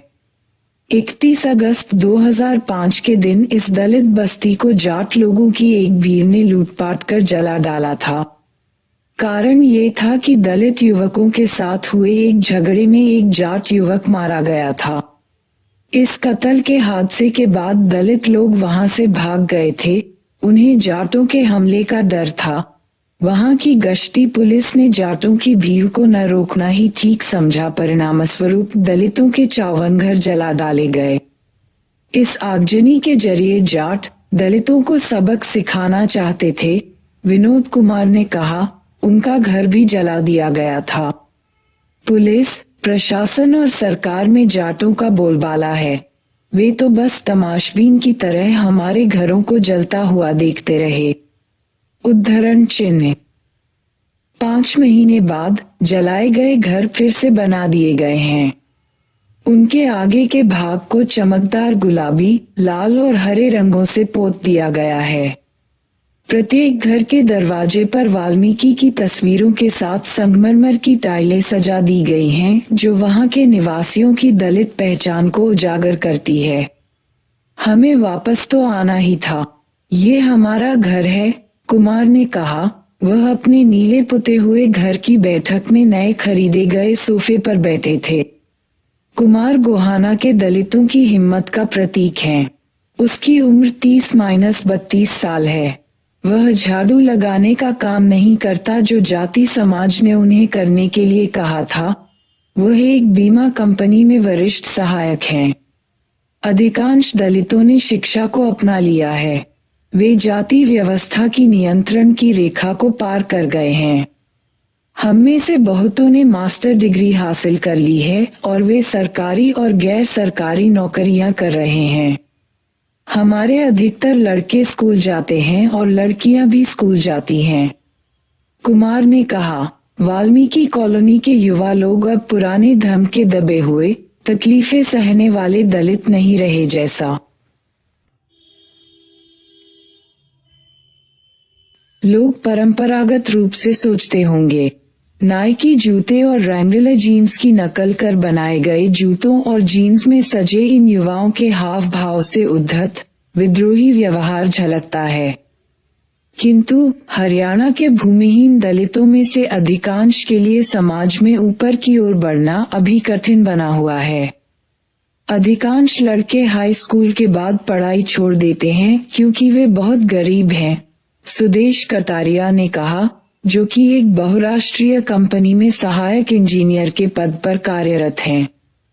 उन्होंने गुड़गांव के औद्योगिक प्रशिक्षण संस्थान से विद्युत इंजीनियरिंग में डिप्लोमा प्राप्त किया है। उनके एक घनिष्ठ मित्र ने, जो जाति से जाट था एवं वह भी समान संस्थान से डिप्लोमाधारी था, उन्हें अपने परिवार की एक शादी के समारोह में आमंत्रित किया, लेकिन साथ ही यह भी आग्रह किया कि वह अपनी जातीय पहचान न बताए। विवाह समारोह में एक मेहमान ने मेरी जाति के बारे में पूछा तो मैंने झूठ बोल दिया। फिर उसने मेरे गांव का नाम पूछा और मैंने सही सही बतला दिया। वह जानता था कि मेरा गांव दलितों का है। घरवालों और मेहमानों के बीच झगड़ा छिड़ गया। उन्होंने एक दलित को भीतर कैसे आने दिया? उन्होंने धक्के मारकर मुझे बाहर निकाल दिया और मैं जिस कुर्सी पर बैठा था उसे धोया। कटारिया ने पुराना किस्सा सुनाया। कटारिया दलितों के लिए नई जिंदगी चाहते हैं। वे अन्य पढ़े लिखे दलितों के साथ मिलकर गुड़गांव के गांवों में अभियान चलाते हैं। हमारे लोग जागृत, प्रबल और सशक्त होंगे। हमें एकजुट होने की जरूरत है और जब एक बार हम एकजुट हो जाएंगे तो अच्छी तरह मुकाबला कर सकेंगे। तब गोहाना या झज्जर जैसे कांड और नहीं होंगे और न ही कोई ऐसी दुर्घटना। के लिए आरक्षण लागू करने के लिए था, जबकि 1850 का अधिनियम सरकारी स्कूलों में दलितों को भर्ती करने की इजाजत देने के लिए बनाया गया था। इन दोनों के बीच और अनेक कानून बनाए गए, जिनमें वस्तुतः सबसे महत्वपूर्ण थे भारत का संविधान, जो 1950 में पारित किया गया था, और 1989 का अनुसूचित जाति और जनजाति अत्याचार निवारण अधिनियम। संविधान ने अस्पृश्यता का उन्मूलन, अनुच्छेद 17 कर दिया और उपर्युक्त आरक्षण संबंधी उपबंध लागू किए। 1989 के अत्याचार निवारण अधिनियम ने दलितों और आदिवासियों के विरुद्ध हिंसा और अपमानजनक कार्यों के लिए दंड देने के उपबंधों में संशोधन करके उन्हें और मजबूत बना दिया। इस प्रकार इस विषय पर बार बार अनेक कानून बनाए गए, जो इस तथ्य के प्रमाण हैं कि अकेला कानून ही किसी सामाजिक कुप्रथा को नहीं मिटा सकता। वस्तुतः जैसा कि आपने समाचार पत्रों में पढ़ा होगा और टीवी, रेडियो जैसे संचार माध्यमों में देखा सुना होगा, दलितों तथा आदिवासियों के विरुद्ध अत्याचार सहित भेदभाव के मामले आज भी समस्त भारत में देखने को मिलते हैं। बॉक्स 5.3 में उल्लिखित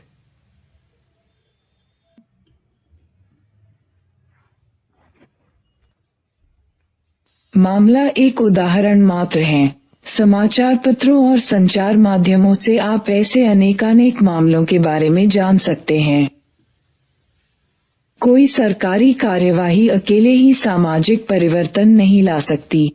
इसके लिए जन सहयोग की भी आवश्यकता होती है। हर हाल में कोई भी सामाजिक समूह, भले ही वह कितना भी कमजोर और सताया हुआ हो, सिर्फ अत्याचारों का शिकार ही नहीं होता है। मानव विषम परिस्थितियों में भी न्याय तथा मान मर्यादा के लिए एकजुट होकर स्वतः संघर्ष करने को सदा तैयार होते हैं। इसलिए दलित लोग भी स्वयं राजनीतिक, आंदोलनात्मक और सांस्कृतिक मोर्चों पर अधिकाधिक सक्रिय होते गए हैं।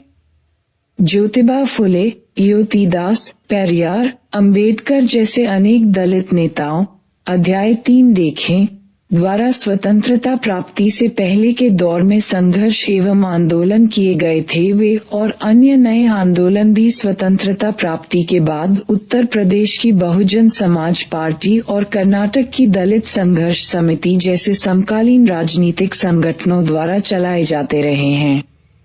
इस प्रकार दलितों के राजनीतिक अधिकारों के लिए संघर्ष काफी लंबे समय से चल रहा है। समकालीन संघर्ष के एक उदाहरण के लिए बॉक्स 5.3 देखें। दलितों ने अनेक भारतीय भाषाओं, विशेष रूप से मराठी, कन्नड़, तमिल, तेलुगु और हिंदी के साहित्य में उल्लेखनीय योगदान दिया है। बॉक्स 5.4 देखें, जिसमें मराठी भाषा के सुप्रसिद्ध दलित कवि दया पवार की एक छोटी कविता दी गई है। अन्य पिछड़े वर्ग। अस्पृश्यता सामाजिक भेदभाव का सर्वाधिक स्पष्ट एवं व्यापक रूप था, किंतु जातियों का एक काफी बड़ा समूह ऐसा भी था जिन्हें नीचा समझा जाता था। उनके साथ तरह तरह का भेदभाव भी बरता जाता था, पर उन्हें अछूत नहीं माना जाता था। ये सेवा करने वाली शिल्पी, कारीगर जातियों के लोग थे, जिन्हें जाति सोपान में नीचा स्थान प्राप्त था। भारत के संविधान में इस संभावना को स्वीकार किया गया है कि अनुसूचित जनजातियों और अनुसूचित जातियों के अलावा और भी कई समूह हो सकते हैं जो सामाजिक असुविधाओं से पीड़ित हैं। ऐसे समूहों का जाति पर आधारित होना जरूरी नहीं है, लेकिन वे आमतौर पर किसी जाति के नाम से ही पहचाने जाते हैं। इन समूहों को सामाजिक और शैक्षिकी रूप से पिछड़े वर्ग कहा गया है। यह आम बोलचाल में प्रचलित अन्य पिछड़े वर्ग शब्द का संवैधानिक आधार है, जो आजकल सामान्य रूप से प्रयोग किया जाता है। जनजाति की श्रेणी की तरह अध्याय 3 देखें। अन्य पिछड़े वर्गों को भी नकारात्मक रूप से यानी वे क्या नहीं हैं, इसके आधार पर परिभाषित किया जाता है। वे न तो जाति क्रम में अगड़ी कही जाने वाली ऊंची जातियों के हिस्से हैं और न ही वे निम्नतम सोपान पर स्थित दलितों में आते हैं।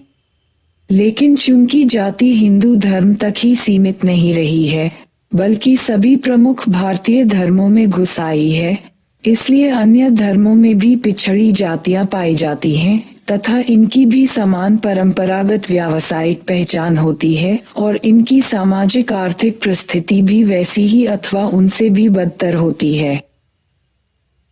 इन्हीं कारणों से अन्य पिछड़े वर्ग दलितों अथवा आदिवासियों की तुलना में अधिक विविधतापूर्ण समूह हैं। जवाहरलाल नेहरू के प्रधानमंत्रित्व में स्वतंत्र भारत की पहली सरकार ने अन्य पिछड़े वर्गों के कल्याण के उपाय सुझाने के लिए एक आयोग स्थापित किया था। काका कालेलकर की अध्यक्षता में नियुक्त प्रथम पिछड़े वर्ग आयोग ने 1953 में अपनी रिपोर्ट पेश की थी, लेकिन उस समय के राजनीतिक वातावरण को देखते हुए इस रिपोर्ट को ठंडे बस्ते में डाल दिया गया। 5वें दशक के मध्य से अन्य पिछड़े वर्गों का मुद्दा क्षेत्रीय मामला बन गया और इस पर केंद्रीय स्तर की बजाय राज्य स्तर पर कार्यवाही की जाती रही।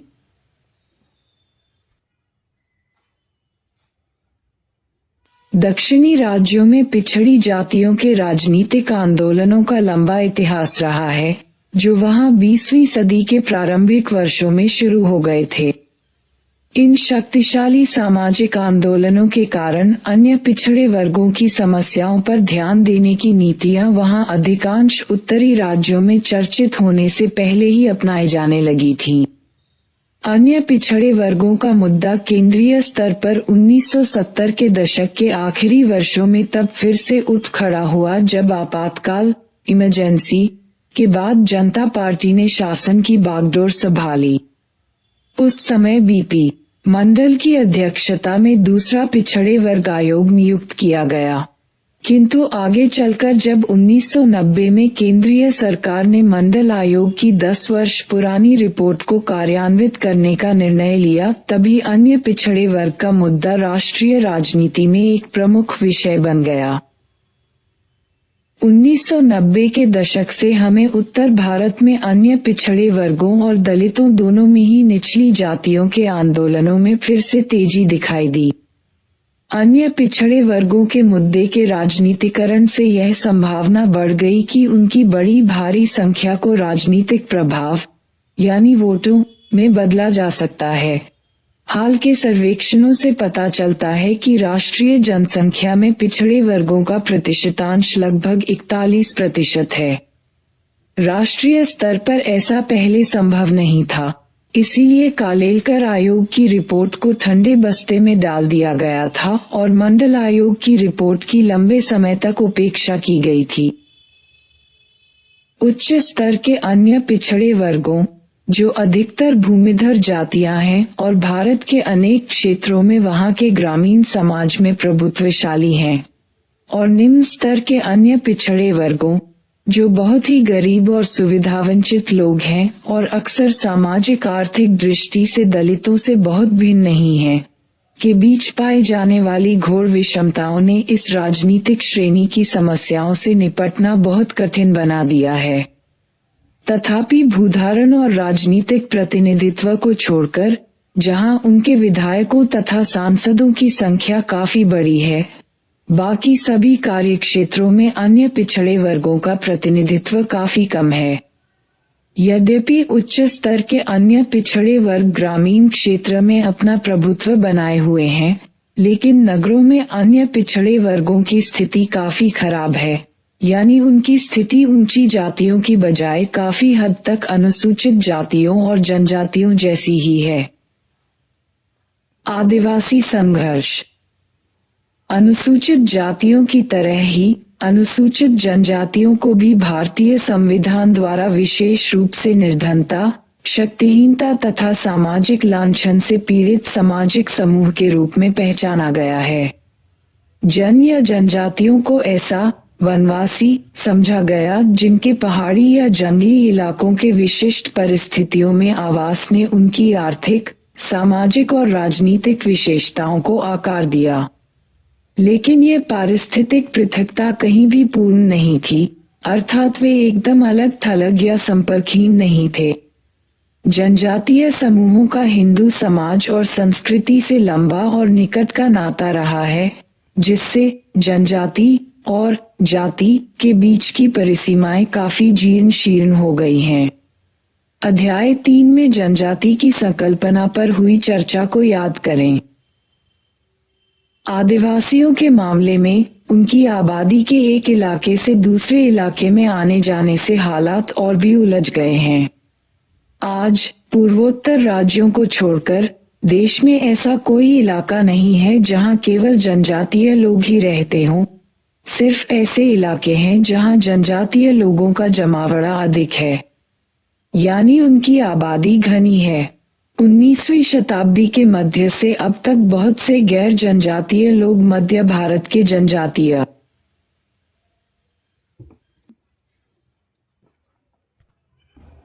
जिलों में जा बसे हैं और उन्हीं जिलों के जनजातीय लोग भी रोजगार की तलाश में बागानों, खानों, कारखानों तथा रोजगार के अन्य स्थलों में चले गए हैं। जिन इलाकों में जनजातीय लोगों की आबादी घनी है, वहां आमतौर पर उनकी आर्थिक और सामाजिक हालत गैर जनजातीय लोगों की अपेक्षा कहीं बदतर है। गरीबी और शोषण की जिन परिस्थितियों में आदिवासी अपना गुजर बसर करने के लिए मजबूर हैं, उनका ऐतिहासिक कारण ये रहा कि औपनिवेशिक ब्रिटिश सरकार ने तेजी से जंगलों के संसाधनों को निकालना शुरू कर दिया और यह सिलसिला आगे स्वतंत्र भारत में भी जारी रहा। 19वीं सदी के परवर्ती दशकों से लेकर आगे भी औपनिवेशिक सरकार ने अधिकांश वन प्रदेश अपने उपयोग के लिए आरक्षित कर लिए और आदिवासियों को वहां की उपज इकट्ठी करने और झूम खेती के लिए उनका उपयोग करने के अधिकारों से वंचित कर दिया। फिर तो इमारती लकड़ी का अधिकाधिक उत्पादन करने के लिए ही वनों का संरक्षण किया जाने लगा। इस नीति के चलते आदिवासियों से उनकी आजीविका के मुख्य आधार छीन लिए गए और इस प्रकार उनके जीवन को पहले की अपेक्षा अधिक अभावपूर्ण और असुरक्षित बना दिया गया। जब आदिवासियों से वनों की उपज और खेती के लिए जमीन छीन गई, तब वे या तो वनों का अवैध रूप से इस्तेमाल करने को मजबूर हो गए, जिसके लिए उन्हें घुसपैठिए और चोर उचक्के कहकर तंग और दंडित किया जाने लगा, या फिर दिहाड़ी मजदूरी की तलाश में वन छोड़कर अन्यत्र चले गए। 1947 में भारत के स्वतंत्र हो जाने के बाद आदिवासियों की जिंदगी आसान हो जानी चाहिए थी, लेकिन ऐसा नहीं हुआ। इसका एक कारण तो ये था कि वनों पर सरकार का एकाधिकार जारी रहा। यहाँ तक कि वनों के दोहन, कटाई आदि में और तेजी आ गई। दूसरे, भारत सरकार द्वारा अपनाई गई पूंजी प्रधान औद्योगिकरण की नीति को कार्यान्वित करने के लिए खनिज संसाधनों और विद्युत उत्पादन की क्षमताओं की आवश्यकता थी और ये क्षमताएं और संसाधन मुख्य रूप से आदिवासी क्षेत्रों में ही स्थित थे। नई खनन और बांध परियोजनाओं के लिए जल्दी से आदिवासी भूमियां अधिग्रहित कर ली गई। इस प्रक्रिया में लाखों आदिवासियों को पर्याप्त मुआवजे और समुचित पुनर्वास की व्यवस्था किए बिना विस्थापित कर दिया गया।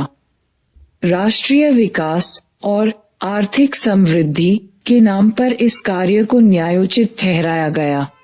इस प्रकार इन नीतियों का पालन वास्तव में एक तरह का आंतरिक उपनिवेशवाद ही था, जिसके अंतर्गत आदिवासियों को अपने अधीन करके उनके संसाधनों को, जिन पर वे निर्भर थे, छीन लिया गया।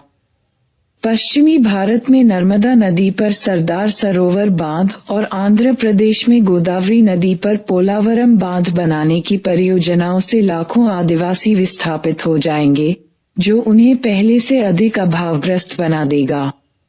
ये प्रक्रियाएं लंबे अरसे से चलती रही हैं और 1990 के दशक से तो और भी अधिक प्रबल हो गई हैं, जब से भारत सरकार द्वारा आर्थिक उदारीकरण की नीतियां आधिकारिक रूप से अपनाई गई हैं। अब निगमित फर्मों के लिए आदिवासियों को विस्थापित करके बड़े बड़े इलाके अधिग्रहित करना अधिक आसान हो गया है। दलित शब्द की तरह आदिवासी शब्द भी राजनीतिक जागरूकता और अधिकारों की लड़ाई का सूचक बन गया है। इसका शाब्दिक अर्थ है मूल निवासी और इस शब्द को औपनिवेशिक सरकार और बाहरी बाशिंदों तथा साहूकारों ऋणदाताओं द्वारा की जा रही घुसपैठ के विरुद्ध संघर्ष के अंतर्गत 1930 के दशक में गढ़ा गया था। आदिवासी होने का मतलब स्वतंत्रता प्राप्ति के समय से विकास परियोजनाओं के नाम पर आदिवासियों से वनों का छीन जाना, भूमि का अपहरण, बार बार विस्थापन एवं अन्य कई और परेशानियों का सम्मिलित अनुभव है। इन भारी विडंबनाओं और उपेक्षाओं के बावजूद अनेक जनजातीय समूह बाहरी लोगों, जिन्हें दिक्कू कहा जाता है, और सरकार के विरुद्ध संघर्ष करते रहते हैं। स्वातंत्र्योत्तर भारत में आदिवासी आंदोलनों की सर्वाधिक उल्लेखनीय उपलब्धियों में से एक है झारखंड और छत्तीसगढ़ के लिए अलग राज्य का दर्जा प्राप्त करना। ये दोनों राज्य मूल रूप से क्रमशः बिहार और मध्य प्रदेश राज्यों के हिस्से थे।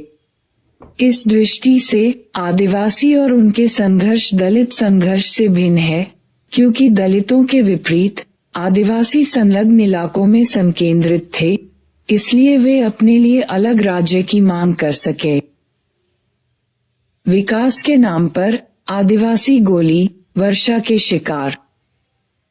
नववर्ष उड़ीसा के लिए मृत्यु का तांडव लेकर आया। 2 जनवरी 2006 को पुलिस ने आदिवासियों के एक समूह पर गोलियां दाग दी। इस गोलीकांड में 12 लोग मारे गए और अन्य बहुत से घायल हो गए। पिछले 23 दिनों से आदिवासियों ने कलीमनगर राजमार्ग को रोक रखा था। वे एक स्टील कंपनी द्वारा उनकी कृषि भूमियां लिए जाने का शांतिपूर्वक विरोध कर रहे थे। उन्होंने अपनी जमीनें छोड़ने से इनकार क्या किया, मानो प्रशासन के सांड को लाल कपड़ा दिखाकर बिदका दिया। उस समय प्रशासन पर राज्य में जल्दी से जल्दी औद्योगिक विकास करने के लिए दबाव था। दांव बहुत ऊंचा लगा था। ये भूमि का टुकड़ा ही नहीं बल्कि त्वरित औद्योगिकरण की समस्त नीति ही खतरे में पड़ जाएगी, यदि सरकार आदिवासियों की मांग के आगे झुक जाएगी। इसलिए बलपूर्वक राजमार्ग की रुकावट दूर करने के लिए पुलिस को बुलाया गया। तदुपरांत जो मुठभेड़ हुई उसमें 12 आदिवासी पुरुषों और महिलाओं को अपनी जानों से हाथ धोना पड़ा। बहुतों को तो पीठ में गोलियां लगी थीं, क्योंकि वे भागकर बचने की कोशिश कर रहे थे।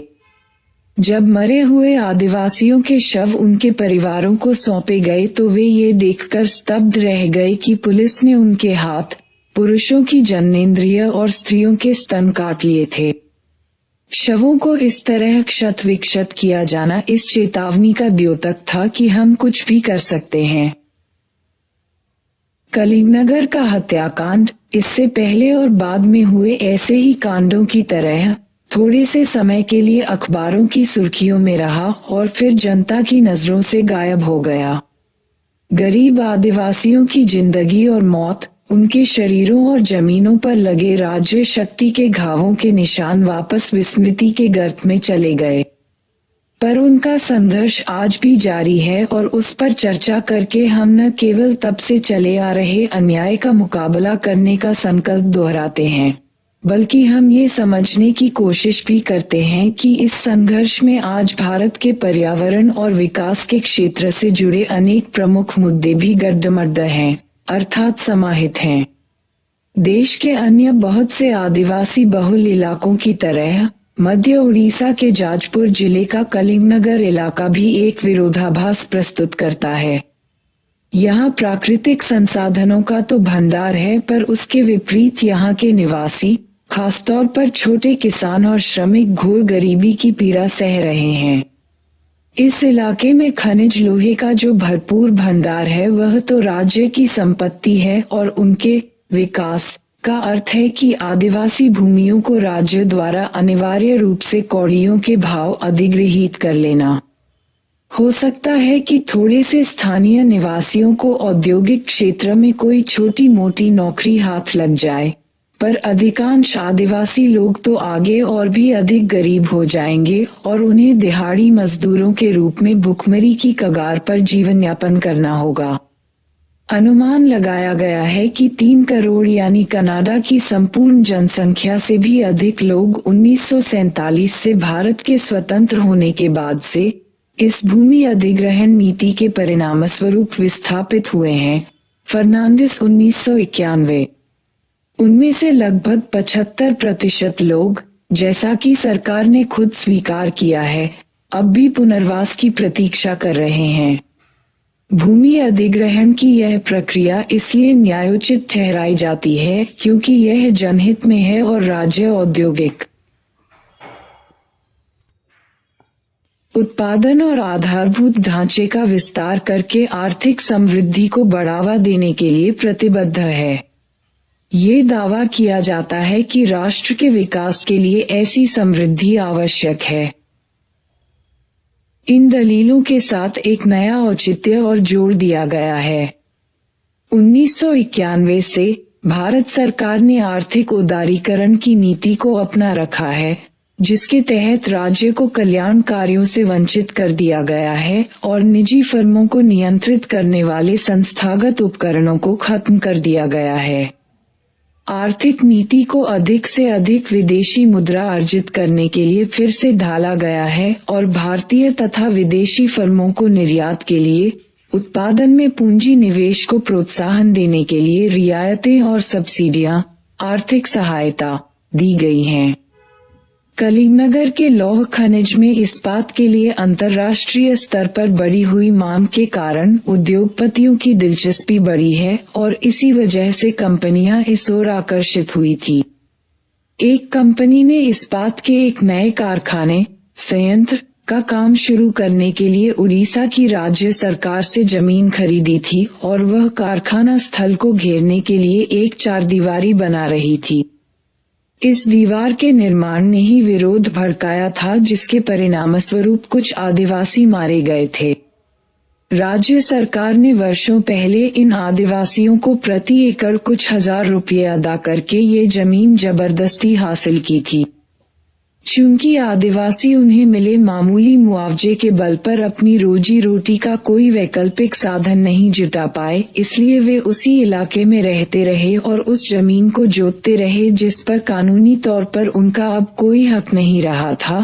प्रशासन ने भूमि अधिग्रहित करने के बाद उसका कोई उपयोग नहीं किया था। दिसंबर 2005 में जब भूमि को घेरना शुरू किया, तब आदिवासियों को अपनी आजीविका के एकमात्र साधन से प्रत्यक्षत हाथ धोना पड़ा। उनका निराशाजन्य उन्माद उस समय क्रोध से भड़क उठा जब उन्हें ये पता चला कि राज्य सरकार ने उसी भूमि को, जिसके लिए उसने आदिवासियों को कुछ हजार रुपये ही चुकाए थे, बिना कोई सुधार खर्च किए स्टील फर्म को लगभग 10 गुना ज्यादा रुपये प्रति एकड़ की दर से बेच दिया है। ये सरकार द्वारा मोटी मुनाफाखोरी का स्पष्ट मामला था, जिसमें सरकार द्वारा उन नागरिकों को कंगाल बना दिया गया था जिन्हें संरक्षण प्रदान करने का दायित्व सरकार का था। आदिवासी सड़कों पर उतर आए। उन्होंने उस जमीन को छोड़ने से इनकार कर दिया जो उनके जीवन का आधार थी। उड़ीसा में आदिवासियों के संघर्ष और उनके हिंसात्मक प्रतिशोध की कहानी यह उजागर करती है कि भूमि और प्राकृतिक संसाधनों से संबंधित झगड़े भारत के विकास की चुनौती के केंद्र बिंदु रहे हैं।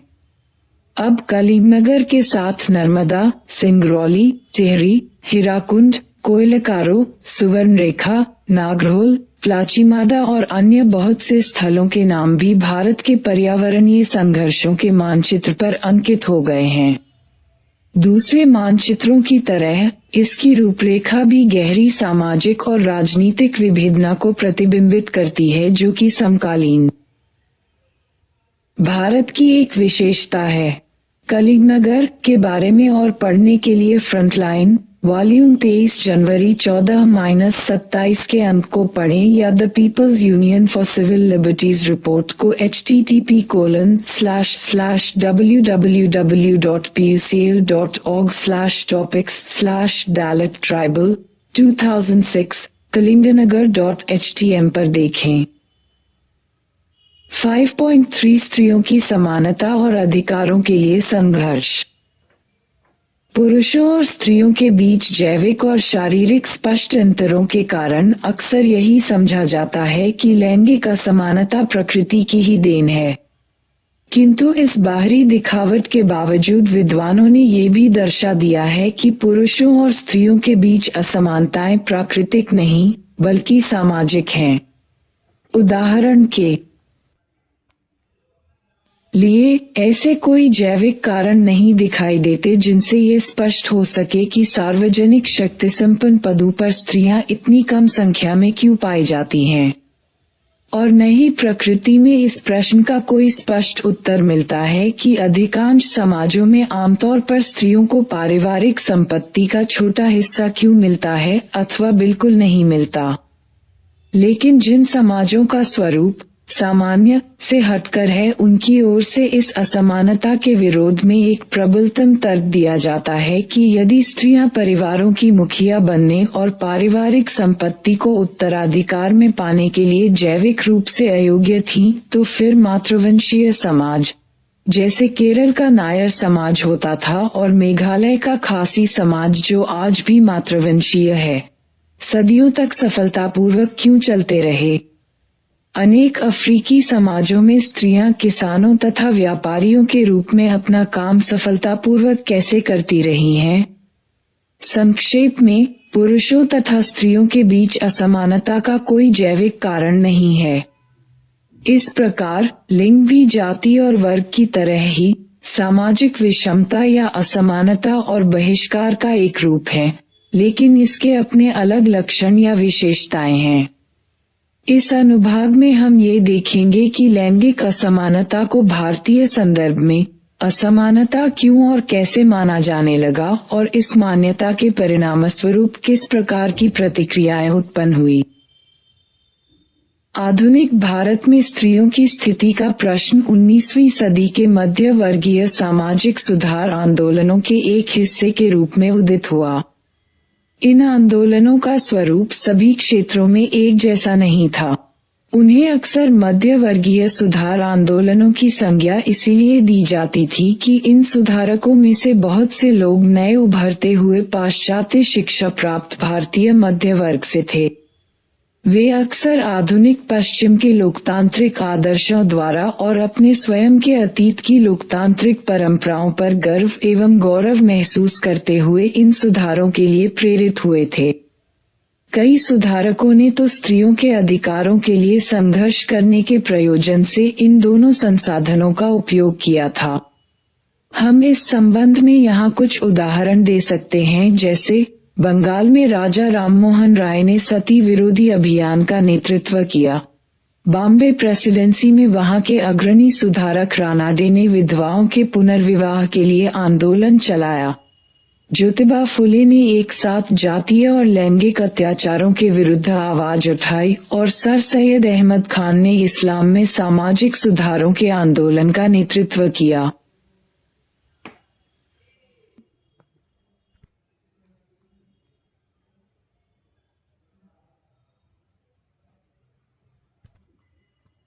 समाज, धर्म और स्त्रियों की परिस्थिति में सुधार करने के लिए राजा राममोहन राय द्वारा किए गए प्रयत्नों को बंगाल में 19वीं सदी के सामाजिक सुधारों का प्रारंभिक बिंदु कहा जा सकता है। 1828 में ब्रह्म समाज की स्थापना से एक दशक पहले राय ने सती प्रथा के विरुद्ध अभियान चलाया। ये पहला स्त्री संबंधी मुद्दा था जिस पर आम लोगों का ध्यान आकर्षित किया गया था। राममोहन राय के विचारों में पाश्चात्य तर्कसंगति और भारतीय पारंपरिकता का सुंदर मिश्रण था। इन दोनों प्रवृत्तियों को उपनिवेशवाद की प्रतिक्रिया के व्यापक संदर्भ में रखकर देखा जा सकता है। राममोहन ने इस प्रकार सती की प्रथा का विरोध मानवतावादी तथा नैसर्गिक अधिकारों के सिद्धांतों एवं हिंदू शास्त्रों के आधार पर किया। हिंदुओं की ऊंची जातियों में विधवाओं के साथ उस समय किया जा रहा निंदनीय एवं अन्यायपूर्ण व्यवहार एक प्रमुख मुद्दा था जिसे सामाजिक सुधारकों ने उठाया। रानाडे ने इस संबंध में बिशप जोसेफ बटलर जैसे विद्वानों के लेखों का उपयोग किया, जिनकी कृति एनालॉजी ऑफ रिलीजन और 3 सर्मन्स ऑन ह्यूमन नेचर को 1860 के दशक में मुंबई विश्वविद्यालय के नैतिक दर्शन संबंधी पाठ्यक्रम में प्रमुख स्थान प्राप्त था। इसी समय एम.जी. रानाडे द्वारा लिखित ग्रंथों The Texts of the Hindu Law on the Lawfulness of the Remarriage of Widows और Vedic Authorities for Widow Marriage में विधवा विवाह के लिए शास्त्रीय स्वीकृति का विशद विवेचन किया गया। रानाडे और राममोहन तो 19वीं सदी के ऐसे समाज सुधारक थे जो तथाकथित ऊंची जातियों और मध्य वर्ग से थे, लेकिन सामाजिक दृष्टि से अपवर्जित जाति से भी एक समाज सुधारक का आविर्भाव हुआ। उनका नाम था ज्योतिबा फुले और उन्होंने जातीय और लैंगिक दोनों प्रकार के भेदभाव के विरुद्ध अपनी आवाज उठाई। उन्होंने सत्यशोधक समाज नामक संस्था की स्थापना की और उसके माध्यम से सत्य की खोज पर बल दिया। व्यवहारिक सामाजिक सुधारों के लिए फुले ने सर्वप्रथम पारंपरिक ब्राह्मण संस्कृति में सबसे नीचे समझे जाने वाले 2 समूहों, स्त्रियों एवं अछूतों को सहायता देने के प्रयत्न किए। कुछ अन्य सुधारकों के मामले में भी आधुनिक पाश्चात्य विचारधारा और परंपरागत धर्मग्रंथों का सहारा लेने की समन्वयात्मक प्रवृत्ति दिखाई दी। इनमें एक थे सर सैयद अहमद खान, जिन्होंने मुस्लिम समाज को सुधारने के लिए प्रयत्न किए। वह चाहते थे कि लड़कियों को शिक्षित तो किया जाए पर घर की 4 दीवारी। स्त्री पुरुष तुलना 1882 का हिंदी अनुवाद। वे स्त्रियां कौन हैं जिन्हें तुम ऐसे नाम देते हो, गालियां देते हो? तुम किसकी कोख से पैदा हुए थे? किसने 9 महीने तक अपने पेट में तुम्हारा दुर्वह बोझ उठाया था? वह कौन सा संत था जिसने तुम्हें उसकी आंखों का तारा बनाया था? तब तुम कैसा महसूस करोगे जब कोई तुम्हारी माँ के बारे में कहेगा, उस बुड़क की माँ, जानते हो, नरक का दरवाजा है। अथवा तुम्हारी बहन, अमुक व्यक्ति की बहन, वह तो वास्तव में धोखे की पिटारी है। क्या तुम चुपचाप बैठे बैठे वो सब गंदे शब्द सुन लोगे? जब तुम थोड़ी सी पढ़ाई कर लेते हो और तरक्की पाकर किसी नए ऊंचे महत्वपूर्ण पद पर पहुंच जाते हो, तब फिर तुम्हें अपनी पहली पत्नी के लिए शर्म आने लगती है। तुम्हारे ऊपर धन दौलत का असर होने लगता है और तुम मन ही मन सोचने लगते हो, पत्नी है तो क्या फर्क पड़ता है? क्या हम उन्हें हर महीने कुछ रूपली देकर नौकर की तरह खाना पकाने या घर की देखभाल करने के लिए घर में नहीं रखते? फिर तो तुम उसे एक दासी की तरह समझने लगते हो जिसके लिए तुम उसे पैसा देते हो। अगर तुम्हारे घोड़ों में से कोई एक घोड़ा मर जाए तो उसकी जगह दूसरा लाने में तुम्हें कोई देर नहीं लगेगी और दूसरी पत्नी लाने में भी तो कोई खास मेहनत नहीं करनी पड़ती। ... समस्या तो ये है कि यमराज को भी तो इतनी फुर्सत नहीं मिलती कि वह जल्दी जल्दी पत्नियों को ले जाएं। नहीं तो तुम एक दिन में कई पत्नियां बदल लेते। सुल्ताना's ड्रीम 1905 का हिंदी अनुवाद। कहिए किस फिक्र में है आप साहिबा? उसने बड़े प्यार से पूछा। मुझे कुछ अटपटा सा लग रहा है। मैंने कुछ माफी मांगने के लहजे में कहा। मैं एक पर्दानशीन औरत हूँ, मुझे बिना पर्दे के चलने की आदत नहीं है। आप डरिए नहीं, यहाँ कोई मर्द नहीं आएगा।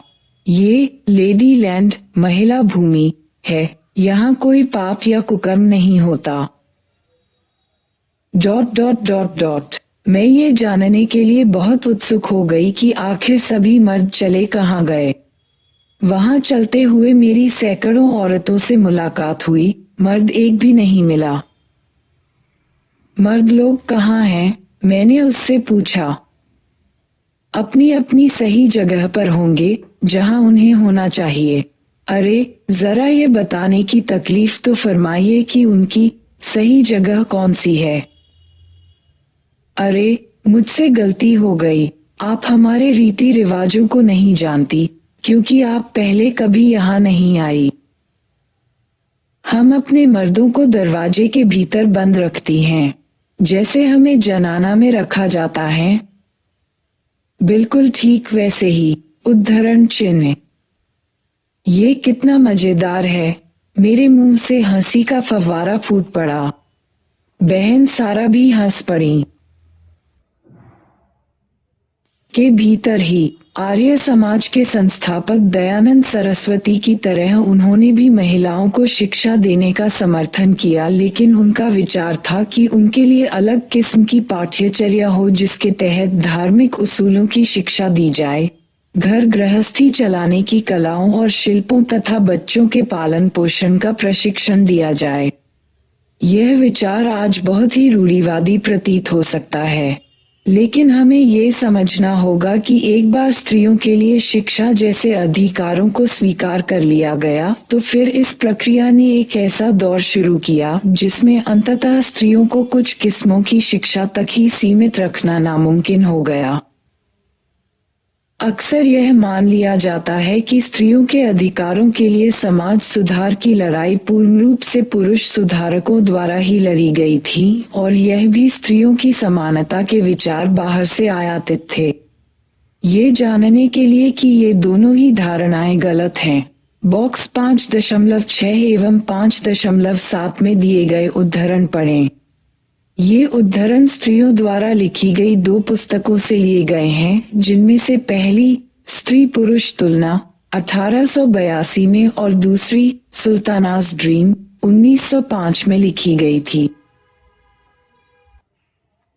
स्त्री पुरुष तुलना नामक पुस्तक एक महाराष्ट्रीय गृहिणी ताराबाई शिंदे द्वारा लिखी गई थी, जिसमें पुरुष प्रधान समाज द्वारा अपनाए गए दोहरे मापदंडों का विरोध किया गया था। एक जवान ब्राह्मण विधवा को न्यायालय द्वारा मृत्युदंड दिया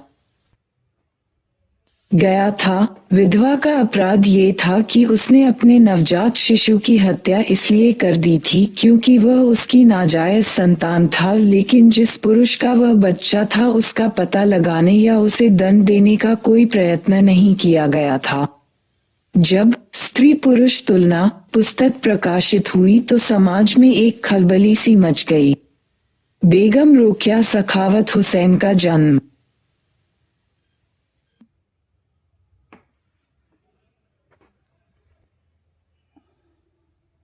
एक धनी बंगाली मुस्लिम परिवार में हुआ था, और वह इस मायने में खुशनसीब थी कि उनके पति उदार दृष्टिकोण रखते थे और उन्होंने सर्वप्रथम उर्दू में और फिर बांग्ला तथा अंग्रेजी में शिक्षा प्राप्त करने के लिए बेगम रुकैया को प्रोत्साहित किया। बेगम रुकैया ने जब अंग्रेजी में अपनी योग्यताओं को परखने के लिए सुल्तानास ड्रीम, सुल्ताना का सपना लिखा तो उससे पहले ही उन्हें उर्दू तथा बांग्ला की लेखिका के रूप में सफलता मिल चुकी थी। सुल्तानास ड्रीम शीर्षक नामक ये शानदार छोटी कहानी संभवतः भारत में विज्ञान कथा लेखन का प्रारंभिक नमूना है और विश्वभर में कहीं भी किसी महिला लेखिका द्वारा रचित प्रथम कृति का उदाहरण है। अपने सपने में सुल्ताना एक जादुई मुल्क के सफर पर जाती हैं। उस मुल्क में पुरुषों के कार्य स्त्रियों द्वारा और स्त्रियों के कार्य पुरुषों द्वारा किए जाते हैं। पुरुष घर से बाहर नहीं जाते और पर्दा रखते हैं, जबकि स्त्रियां व्यस्त वैज्ञानिकों के रूप में ऐसे उपकरणों का आविष्कार करने के लिए परस्पर प्रतिस्पर्धा कर रही होती हैं, जिनकी सहायता से बादलों को नियंत्रित करके इच्छानुसार वर्षा करवाई जा सकती हो, और वे ऐसी मशीनें यानी हवाई कारें बनाने के लिए भी प्रयत्नशील हैं जो आकाश में उड़ सकें। प्रारंभिक नारी अधिकारवादी दृष्टिकोण के साथ साथ हमारे यहाँ अनेकानेक नारी संगठन भी थे जो 20वीं सदी के प्रारंभिक वर्षों में अखिल भारतीय एवं स्थानीय स्तरों पर उभर आए थे और फिर स्त्रियों का राष्ट्रीय आंदोलन में भाग लेना शुरू हो गया। यह कोई आश्चर्यजनक बात नहीं है कि स्त्रियों के अधिकार राष्ट्रवादी परिकल्पना के अभिन्न अंग थे। 1931 में भारतीय राष्ट्रीय कांग्रेस के कराची अधिवेशन में भारत के नागरिकों के मूल अधिकारों के बारे में एक घोषणा जारी की गई जिसके द्वारा कांग्रेस ने स्त्रियों को समानता का अधिकार देने के लिए स्वयं को प्रतिबद्ध किया। ये घोषणा इस प्रकार थी। 1.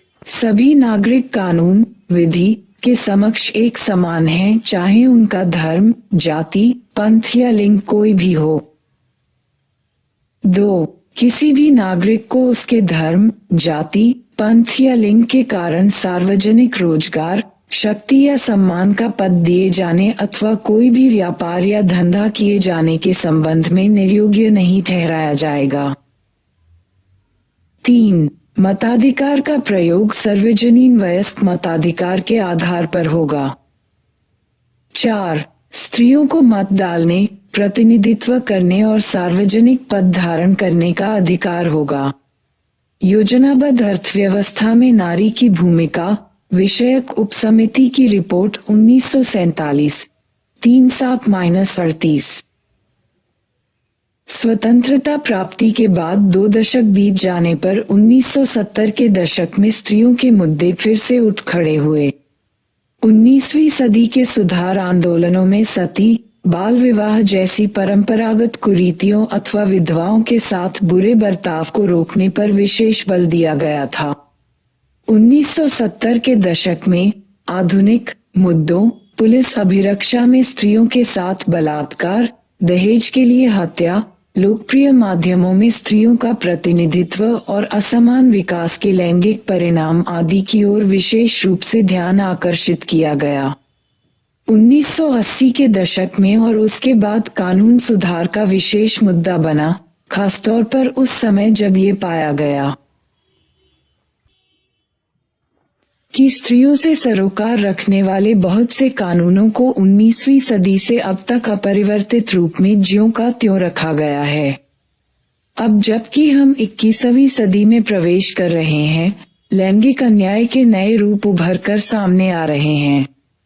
आपको याद होगा कि हमने अध्याय 2 में गिरते हुए लैंगिक अनुपात यानी स्त्री पुरुष अनुपात के बारे में चर्चा की थी।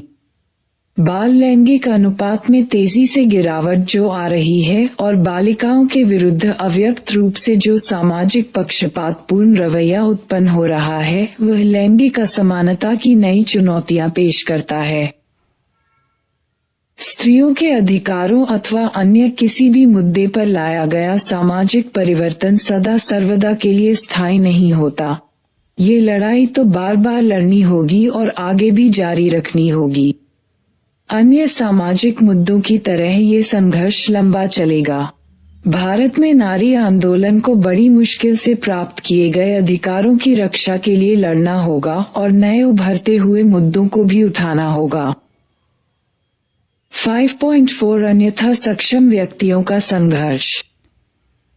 अन्यथा सक्षम डिफरेंटली एबल्ड लोग केवल इसलिए अक्षम नहीं होते कि वे शारीरिक या मानसिक रूप से बाधित होते हैं, लेकिन इसलिए भी अक्षम होते हैं कि समाज कुछ इस रीति से बना है कि वह उनकी जरूरतों को पूरा नहीं करता।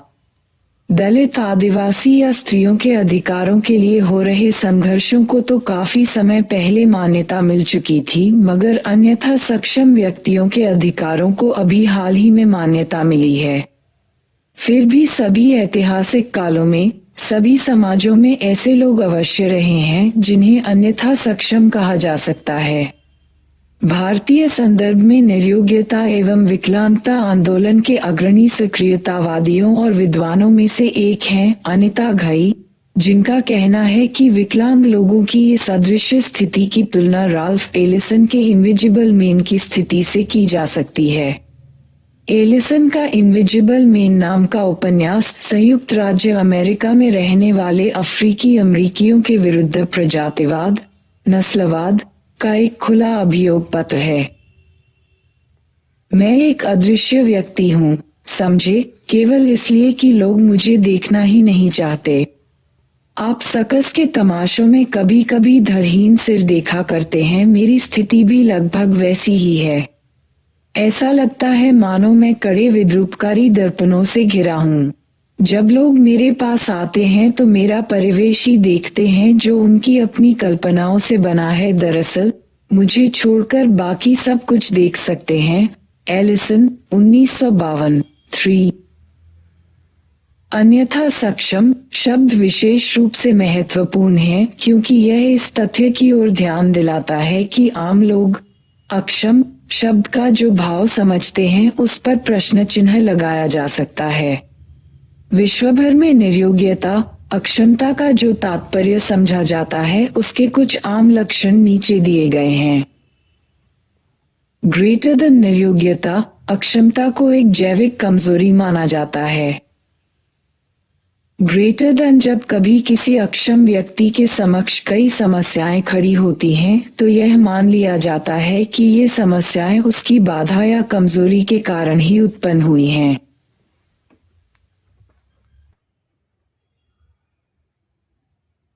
अक्षम व्यक्ति को हमेशा शिकार यानी पीड़ित व्यक्ति के रूप में देखा जाता है। ग्रेटर देन यह माना जाता है कि निर्योग्यता उस निर्योग्य व्यक्ति के अपने प्रत्यक्ष ज्ञान से जुड़ी है। ग्रेटर देन निर्योग्यता का मूल भाव ये दर्शा देता है कि निर्योग्य व्यक्तियों को सहायता की आवश्यकता है।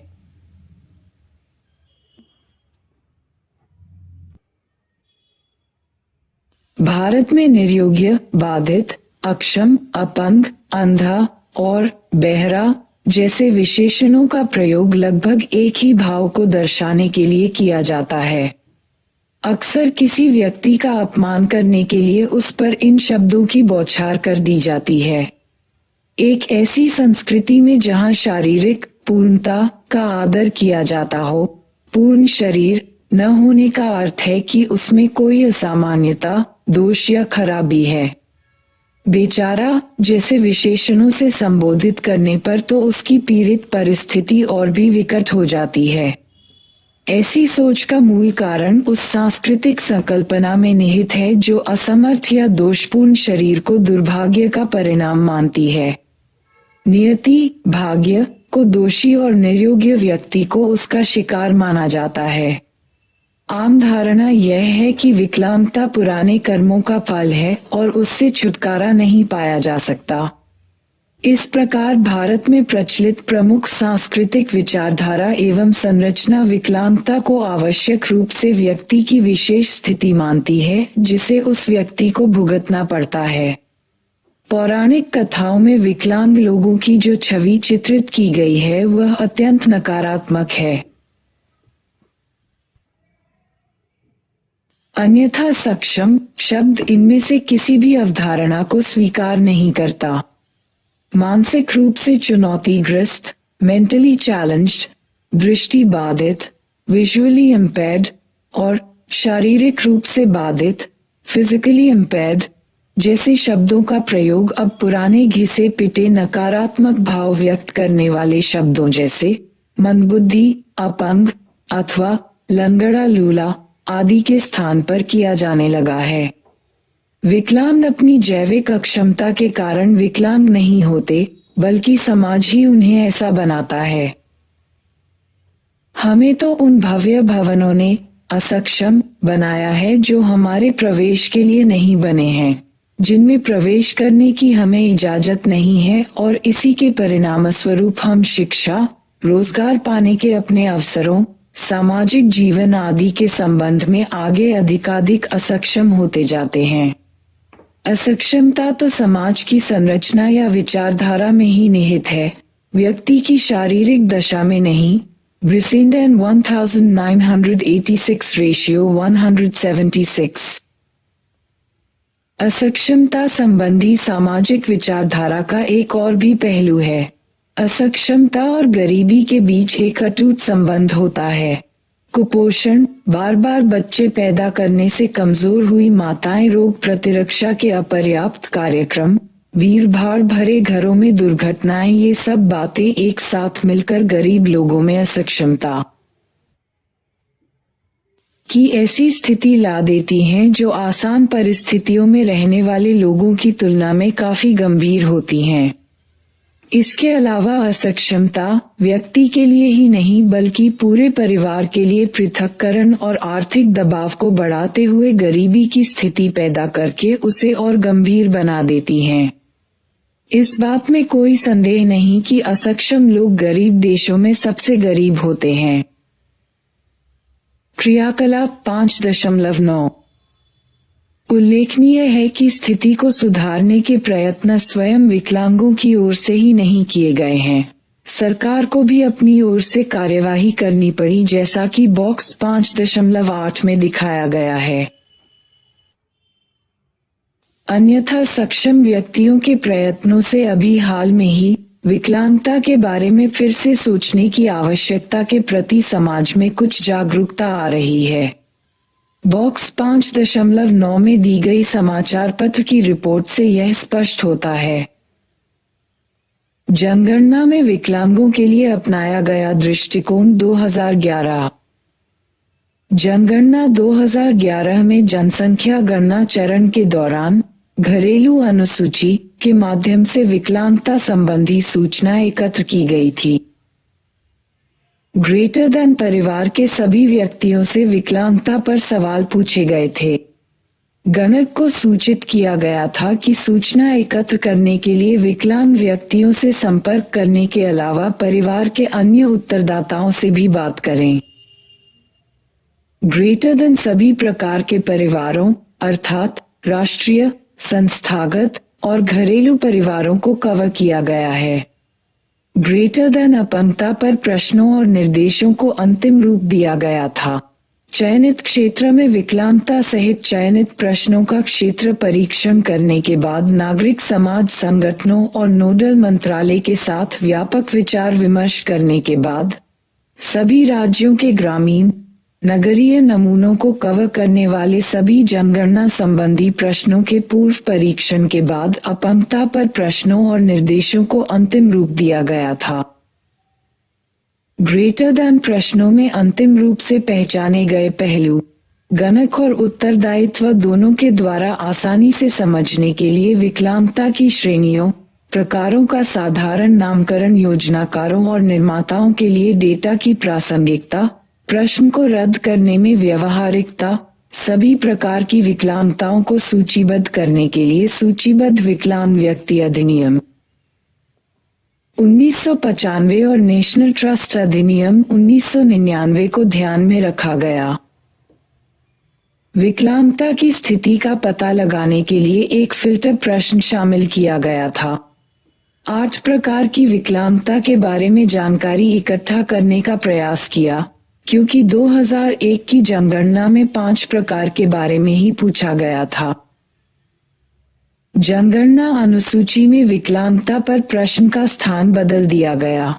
कवरेज में सुधार के लिए विशेष प्रयास किए गए, जिनमें गणक और प्रचार उपायों के लिए व्यापक प्रशिक्षण शामिल थे। व्यापक शैक्षिकी प्रवचनों और विचार विमर्शों में विकलांगता को कोई मान्यता नहीं दी गई है। ये तथ्य शैक्षिकी प्रणाली में विद्यमान ऐतिहासिक पद्धतियों से स्पष्ट होता है, जो विकलांगता के मुद्दे को 2 अलग-अलग धाराएं बनाकर उपेक्षित करते आ रहे हैं। उनमें से एक धारा विकलांग छात्रों के लिए होती है और दूसरी बाकी सब छात्रों के लिए। हमने इस अध्याय में ये देखा कि लिंग, जाति, जनजाति और असक्षमता जैसी संस्थाएं किस प्रकार विषमता और अपवर्जन उत्पन्न करती हैं और उन्हें आगे भी अक्षुण्ण बनाए रखती हैं। तथापि वे इन विकलांग विरोधी न्यायालय न्यायाधीश के पदों पर नियुक्ति के लिए विकलांग व्यक्तियों पर विचार नहीं किया जाता। इसे उच्चतर न्यायपालिका की अपवर्जनात्मक नीति बताते हुए एक वरिष्ठ न्यायवेत्ता का कहना है कि विकलांगों की इस प्रकार लगातार उपेक्षा करके न्यायपालिका एक सांविधिक अधिदेश का उल्लंघन कर रही है। उच्च न्यायालय भवन स्वयं भी विकलांगों के अनुकूल नहीं है। वास्तविक न्यायालय संकुल के सभी प्रवेश द्वार लंबी ऊंची सीढ़ियां चढ़ने के बाद ही आते हैं और उनमें से किसी में ढलान नहीं है जिस पर चलकर विकलांग ऊपर पहुंच सके। यहाँ तक कि लिफ्ट या एलिवेटर की सीमित सुविधा प्राप्त करने के लिए भी आगंतुक को कई सीढ़ियां चढ़नी पड़ती हैं। नगर सिविल न्यायालय की हालत तो और भी खराब है, जहां दुर्घटना के दावों के मामलों की सुनवाई के दौरान न्यायालय के समक्ष अभिसाक्ष्य देने के लिए अनेक विकलांग या घायल व्यक्ति आते हैं। आप वहां विकलांग, आहत या वृद्ध लोगों को उनके साथियों द्वारा सीढ़ियों पर चढ़ाते हुए देख सकते हैं, एक अधिवक्ता ने कहा। द हिंदू, बुधवार 2 अगस्त 2006 की एक रिपोर्ट का अनुवाद। विषमताओं के विरुद्ध संघर्ष को भी भड़काती हैं। इन्हें ऐतिहासिक तौर पर सामाजिक विज्ञानों में विषमता का भाव वर्ग, प्रजाति और हाल में लिंग संबंधी विचारों से अभिभूत रहा है, लेकिन आगे चलकर जाति और जनजाति जैसी अन्य श्रेणियों की जटिलताओं पर भी ध्यान दिया जाने लगा है।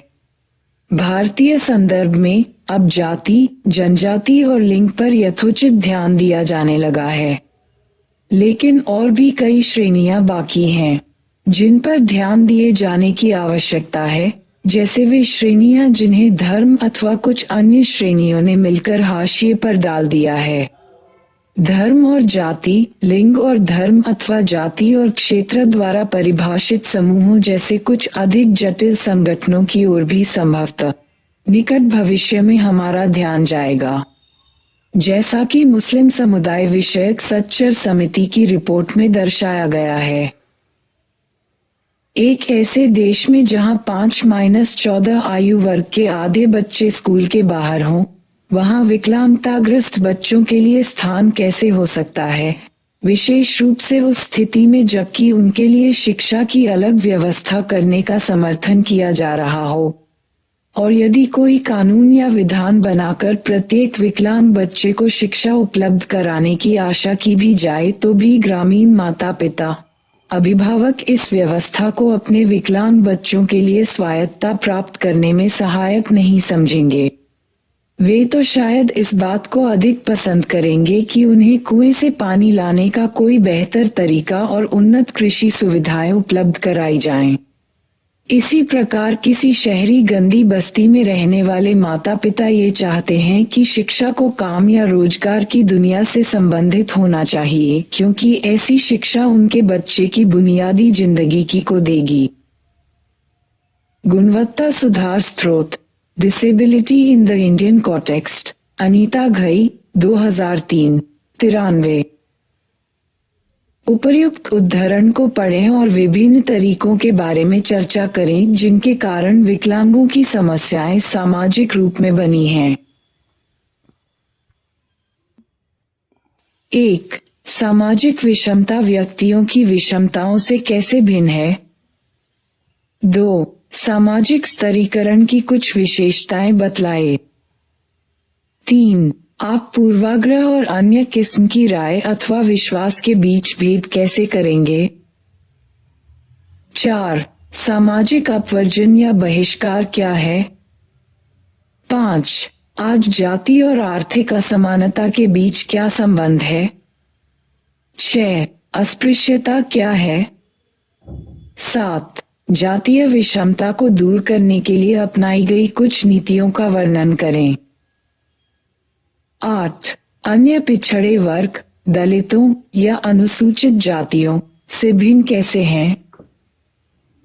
9. आज आदिवासियों से संबंधित बड़े मुद्दे कौन से हैं? 10. नारी आंदोलन ने अपने इतिहास के दौरान कौन कौन से मुख्य मुद्दे उठाए हैं? 11. हम ये किस अर्थ में कह सकते हैं कि असक्षमता जितनी शारीरिक है उतनी ही सामाजिक भी